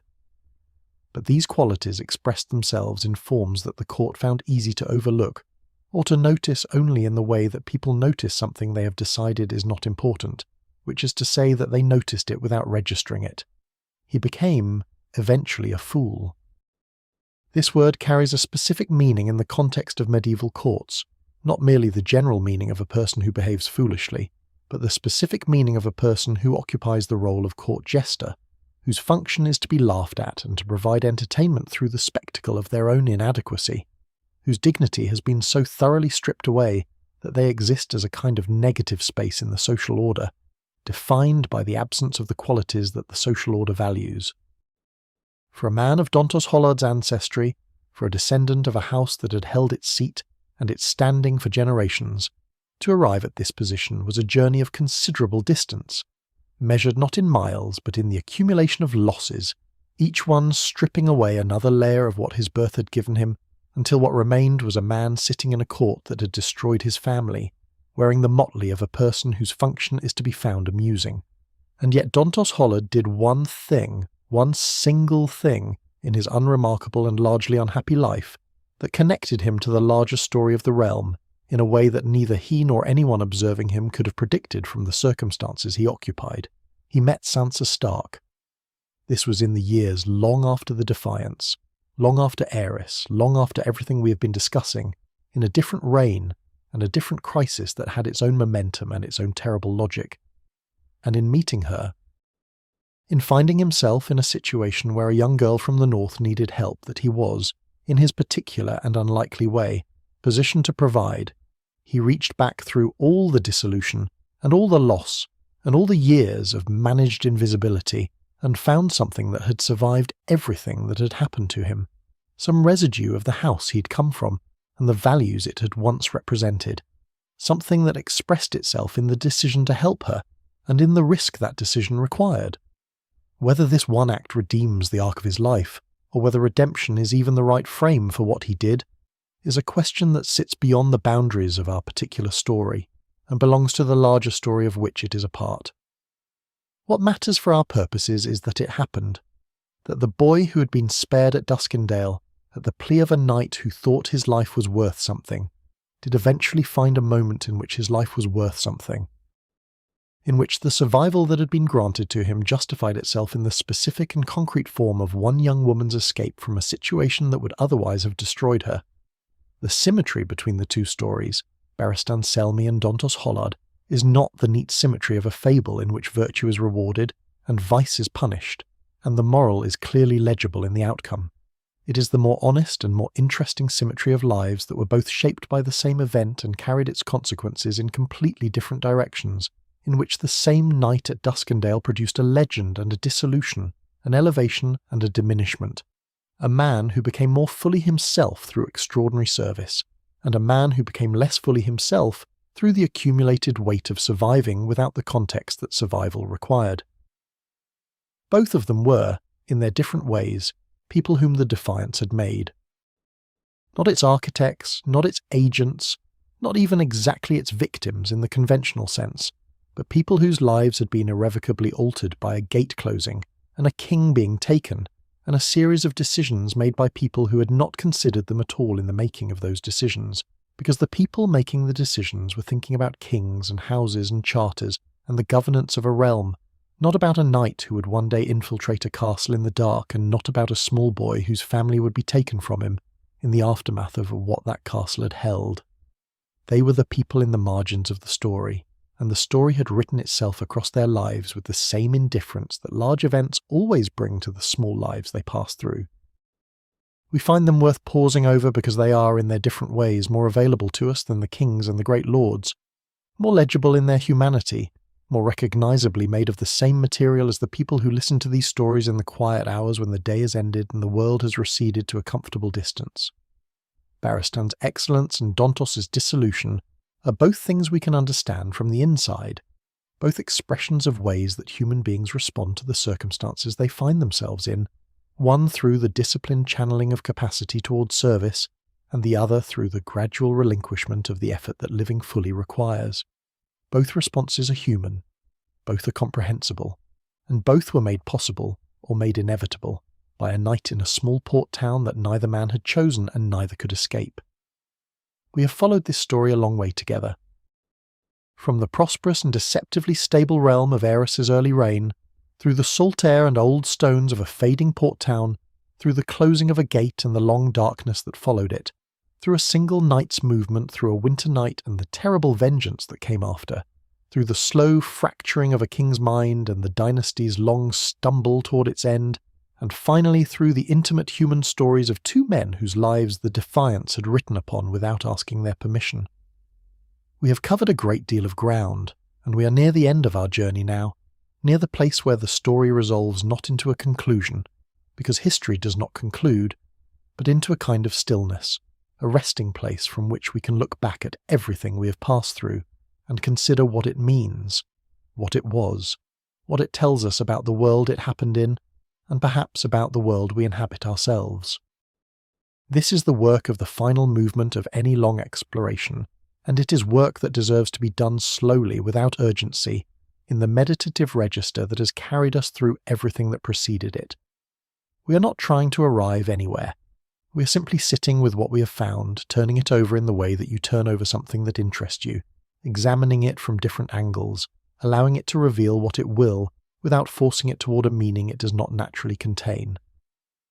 Let us begin with Denys Darklyn, because he has perhaps received less careful attention than the story owes him, and because the way history has treated him tells us something important about how history tends to work when it is written by the people who survived rather than the people who did not. Denys Darklyn is remembered, in the accounts that preserve him, primarily as the man who committed the Defiance, which is to say that he is remembered primarily through the thing he did rather than through who he was, and the thing he did has been classified by those accounts in a way that leaves very little room for the complexity that a more generous reading of the evidence suggests. He was a traitor. He defied the king. He held the realm to ransom for 6 months and caused consequences that extended far beyond anything he could have intended. These things are true, and they are not nothing, and we should not pretend that they are nothing in the effort to rehabilitate a man whose actions produced genuine harm. But the framing of treason is one of history's most efficient simplifications, because it takes a person whose motivations were almost certainly more complicated than treachery, and reduces them to the category of traitor in a way that forecloses further inquiry. Denys Darklyn had a grievance. The grievance was real. The charter he sought was not an outrageous demand but a reasonable request rooted in genuine economic circumstances, and the manner in which that request was refused, processed through an administrative machinery that treated his town and his house as items to be managed rather than as people to be heard, was genuinely dismissive of the legitimate substance of what he was asking for. He pushed back through the proper channels, and the proper channels produced the same answer every time, with the patient indifference of a system that has decided and does not see why it should reconsider. He escalated. in the way that people escalate when they feel that the ordinary methods of resolution have been exhausted, and that the thing they are asking for is genuinely owed to them, and the escalation went further than he may have intended, or perhaps exactly as far as he intended, and either way it crossed a line that could not be uncrossed. The question of whether he was a villain or a man who misjudged his moment is, in the end, a question that does not have a clean answer, and probably should not be expected to have one. He was both, in different proportions at different points in the story, and the mixture of the two is more honest and more interesting than either pure reading. He was a proud man from an old house in a fading town who wanted recognition that the system around him was not giving him, and he pursued that recognition by methods that were catastrophically inappropriate to what he actually wanted, because the methods he chose guaranteed that even if he obtained his objective, which he did not, he would have obtained it at a cost that no charter could justify. This is a recognizable human pattern. It is not heroic, but it is not simply villainous either. It is the pattern of a person whose investment in being right exceeded their judgment about how to pursue being right, and who paid for that imbalance with everything they had. We should also consider what the Defiance reveals about the system that produced it, because events of this kind are rarely purely the product of individual error, but are also expressions of structural conditions that made the individual error possible, or likely. The administrative machinery of Tywin Lannister's handship was extraordinarily effective by almost every measure, but effectiveness is not the same thing as responsiveness, and a system that processes requests with the efficient finality of a system that has decided can produce, in the people it refuses, a quality of frustration that the system itself is not designed to notice or address. Denys Darklyn's repeated petitions were not merely rejected, they were rejected in a way that communicated that the rejection was final and that further petition was pointless, which is a communication that a sufficiently proud man with a sufficiently genuine grievance will eventually refuse to accept, not because he is irrational, but because the alternative to refusing it is accepting that his concerns simply do not matter to the people who govern the realm he is part of. This is not an argument for what he did. It is an observation about how systems that are very good at producing outcomes can be simultaneously very poor at managing the human experience of being subject to those outcomes, and about how that gap between efficiency and responsiveness tends, over time, to produce the conditions for exactly the kind of crisis that the efficiency was supposed to prevent. And then there is Ser of Myr, who deserves considerably more than a footnote in the story of the Defiance, and who has historically received considerably less than that. The Lace Serpent. The name itself is a work of construction, a piece of rhetorical engineering designed to locate responsibility for the Defiance in a specific person, in a way that served the interests of everyone who needed the story to have a particular shape. A foreign woman, from Myr of all places, with its complicated associations and its otherness in Westerosi eyes, who had inserted herself into the household of an old Westerosi house, and had, according to the accounts that served the king's justice, poisoned her husband's mind against his sovereign. This narrative is so convenient, so perfectly constructed to accommodate all of the anxieties that Westerosi culture brought to foreign women of influence, that its convenience should itself make us suspicious of it. Westeros was not, in this period or in most others, a culture that responded generously to women who held influence over powerful men. Such women were almost always understood, in the accounts written by men of the court and the citadel, as dangerous, as operating through illegitimate means, as substituting the manipulation of private emotional bonds for the proper public exercise of authority that was understood to be the domain of men. A woman who counselled her husband toward a bold or aggressive course of action was by default a woman who had overstepped, whose influence had corrupted rather than supported, whose foreignness or intelligence or simply her presence in a role that the culture did not recognize as legitimate made her the natural vessel for the blame that the outcome required. We do not know what Ser of Myr actually thought or said or wanted. We do not know whether she counselled the Defiance or counselled against it, or was simply present in a household where the decision was made. We do not know whether her influence over Denys was the kind of influence that shapes decisions or the kind that simply shares in their consequences. What we know is that she was punished with a severity that exceeded the punishment given to almost anyone else, in a form specifically chosen to silence her, which suggests that what she represented to Aerys, in his state of post-captivity anger and suspicion, was something beyond the ordinary category of traitor. She represented the foreign contamination of an old Westerosi house. The voice that had spoken into a proud lord's ear and turned him against his king, and she was punished as that representation rather than as a person whose specific actions had been weighed against a specific standard of justice. History has tended to accept this framing, or at least to reproduce it without sufficient scrutiny, which is its own form of complicity in what was done to her. The least we can do at this remove is to sit with the uncertainty honestly, to acknowledge that what was claimed about her may bear very little relationship to what was true about her, and that the specificity and the cruelty of her punishment tells us more about Aerys and about the culture that executed his judgment than it tells us about Serala herself. She was a person. She had come from Myr to Westeros and had made a life there, and had loved a man who made a catastrophic decision, or had been the companion of a man who made a catastrophic decision, or had influenced a man toward a catastrophic decision, and we cannot know which of these is most true. What we know is that she died for it in a way that the records describe, with a detail that serves no purpose beyond establishing the extent of the cruelty, and that she deserves to be remembered as a person about whom we do not know enough, rather than as the villain of a story that needed someone to blame. The Defiance of Duskendale is, among other things, a story about small rebellions and what they reveal about the systems they challenge. Small rebellions are different from great ones.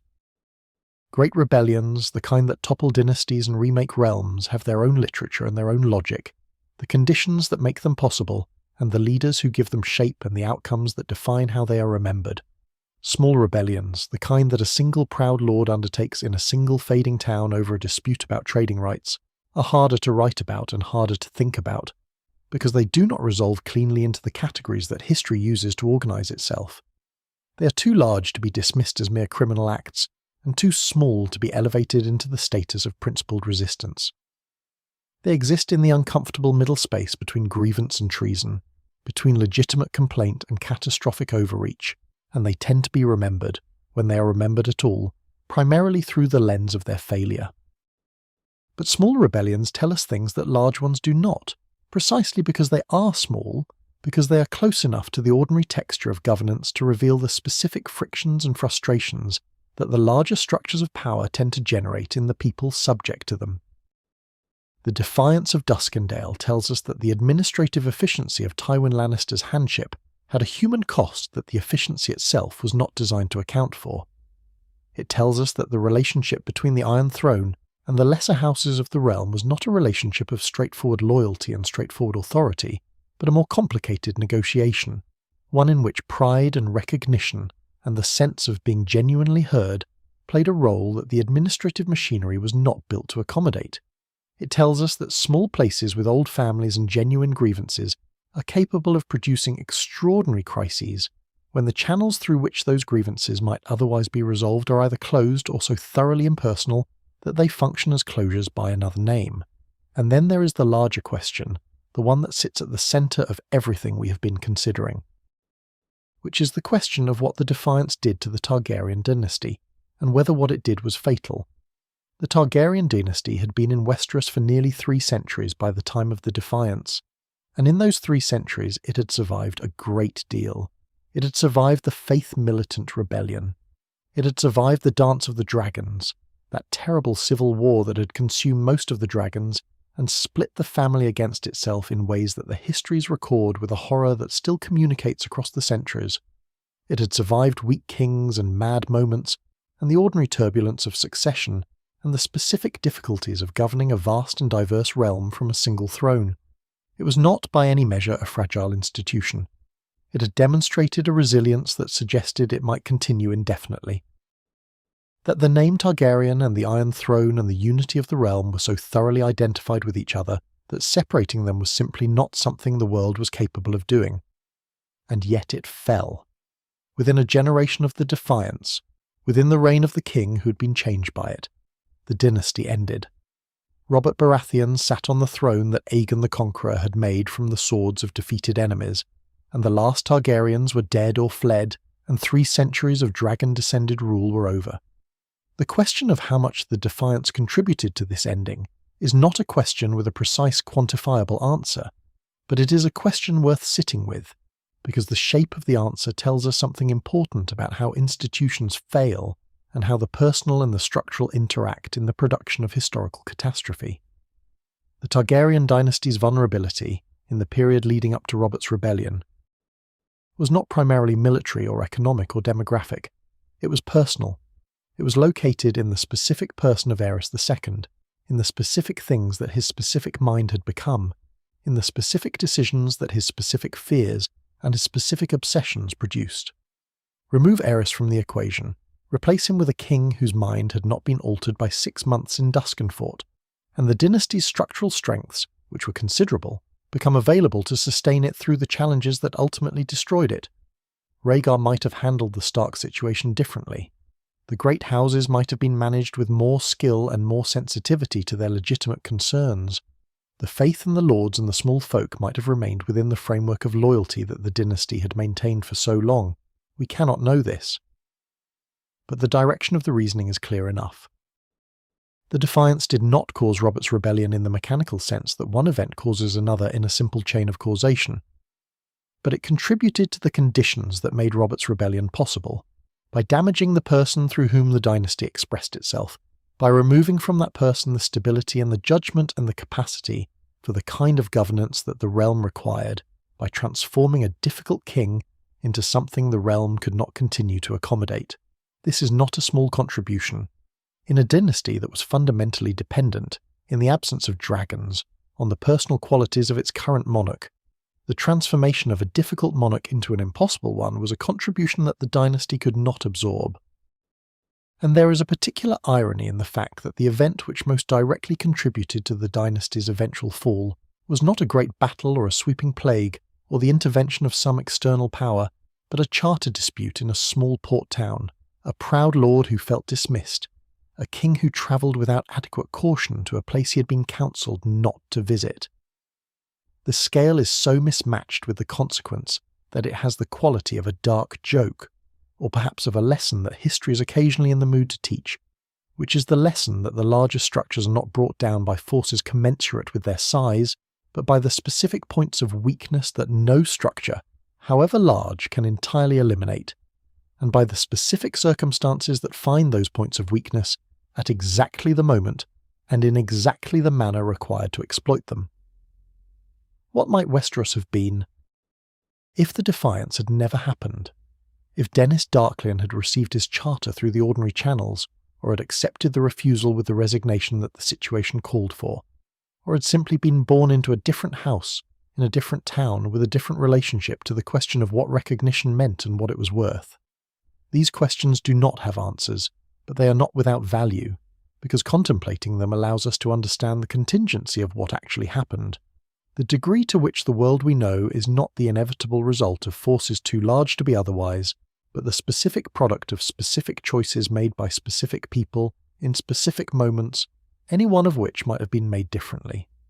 Aerys might have been a difficult king who eventually improved, or who was managed by capable hands until a better king succeeded him, or who found in Rhaegar's maturity a complement to his own limitations that held the dynasty together through the turbulent period of his later reign. None of these alternate possibilities is certain, but none of them is impossible, and the fact that none of them came to pass is, in substantial part, a consequence of 6 months in Duskendale, of the damage those months did to the man who endured them, and of the chain of consequence that damage set in motion in the years that followed. This is in the end what the Defiance of Duskendale means, considered from the largest possible angle. It means that history is made in small places as well as large ones, that the fate of dynasties can turn on the decisions of lords that no one outside their immediate region has heard of, that the contingency of human affairs extends all the way up from the individual to the institutional, from the personal to the dynastic, from a closed gate in a fading port town to the end of a 3-century reign. It means that the administrative machinery of power, however effective, generates in the people it governs a human residue that the machinery itself cannot process, a residue of pride and frustration and the need for recognition that will find its expression somewhere in some form at some cost that the machinery did not account for. It means that fear, once installed deeply enough in a person's mind, does not yield to the restoration of favourable circumstances but persists and grows and shapes everything that follows it, bending the future toward forms that the fear requires rather than the forms that wisdom would choose. It means that the people in the margins of great events, the knights who infiltrate castles and the children who survive their family's destruction, carry the weight of those events in their bodies and their choices for the rest of their lives, and that this carrying is itself a form of historical consequence that the grand narratives tend to overlook. And perhaps most simply, it means that small things matter, that the charter Denys Darklyn wanted, the trading rights and the recognition, and the sense of being genuinely heard by the king, who claimed authority over him, was not a small thing to him, in the way that nothing is small to the person for whom it is the entire substance of their concern, and that the dismissal of small things by systems too large and too efficient to register their smallness as a form of significance is a pattern that produces consequences at every scale, from the personal to the dynastic, from the intimate to the catastrophic. We are at the end of the story now, or at the end of our telling of it, which is not quite the same thing. The story itself has no end, because stories about people and houses and the choices they made do not end but simply extend into consequence after consequence until the consequences are too diffuse to trace. But our telling of it has found its natural resting place, here in the contemplative space where the specific events have given way to the larger meanings they carry, where Duskendale and the Darklyns and the king who was changed by his time behind their walls have dissolved back into the longer and slower current of history from which they briefly emerged to be visible and particular and named. And so we rest here, at the end of a long and quiet journey through a world that is not ours, and yet somehow always feels like it contains something of ours within it. We have sat together with pride and fear and the particular human difficulty of feeling unseen by the systems that govern us. We have watched a king change and a dynasty bend toward its ending. We have followed a knight through darkness and a child through loss and a woman through the silence that history imposed upon her. These are old stories, told in the language of dragons and stone keeps and ravens carrying news across cold distances. But underneath that language they are the stories that every age tells about itself, about power and its costs, about the small moments that contain within them the seeds of enormous consequence, about the way that fear, once given enough time and enough darkness, grows into something that even the most fortified walls cannot keep from spreading outward into the world. You have carried all of this gently tonight. Let it go now. Let the stones of Duskendale sink back into the dark of the sea. Let the ravens fold their wings. Let the long seasons of Westeros settle into the deep quiet from which all stories eventually come. The night is yours. The watch is ended. Sleep well.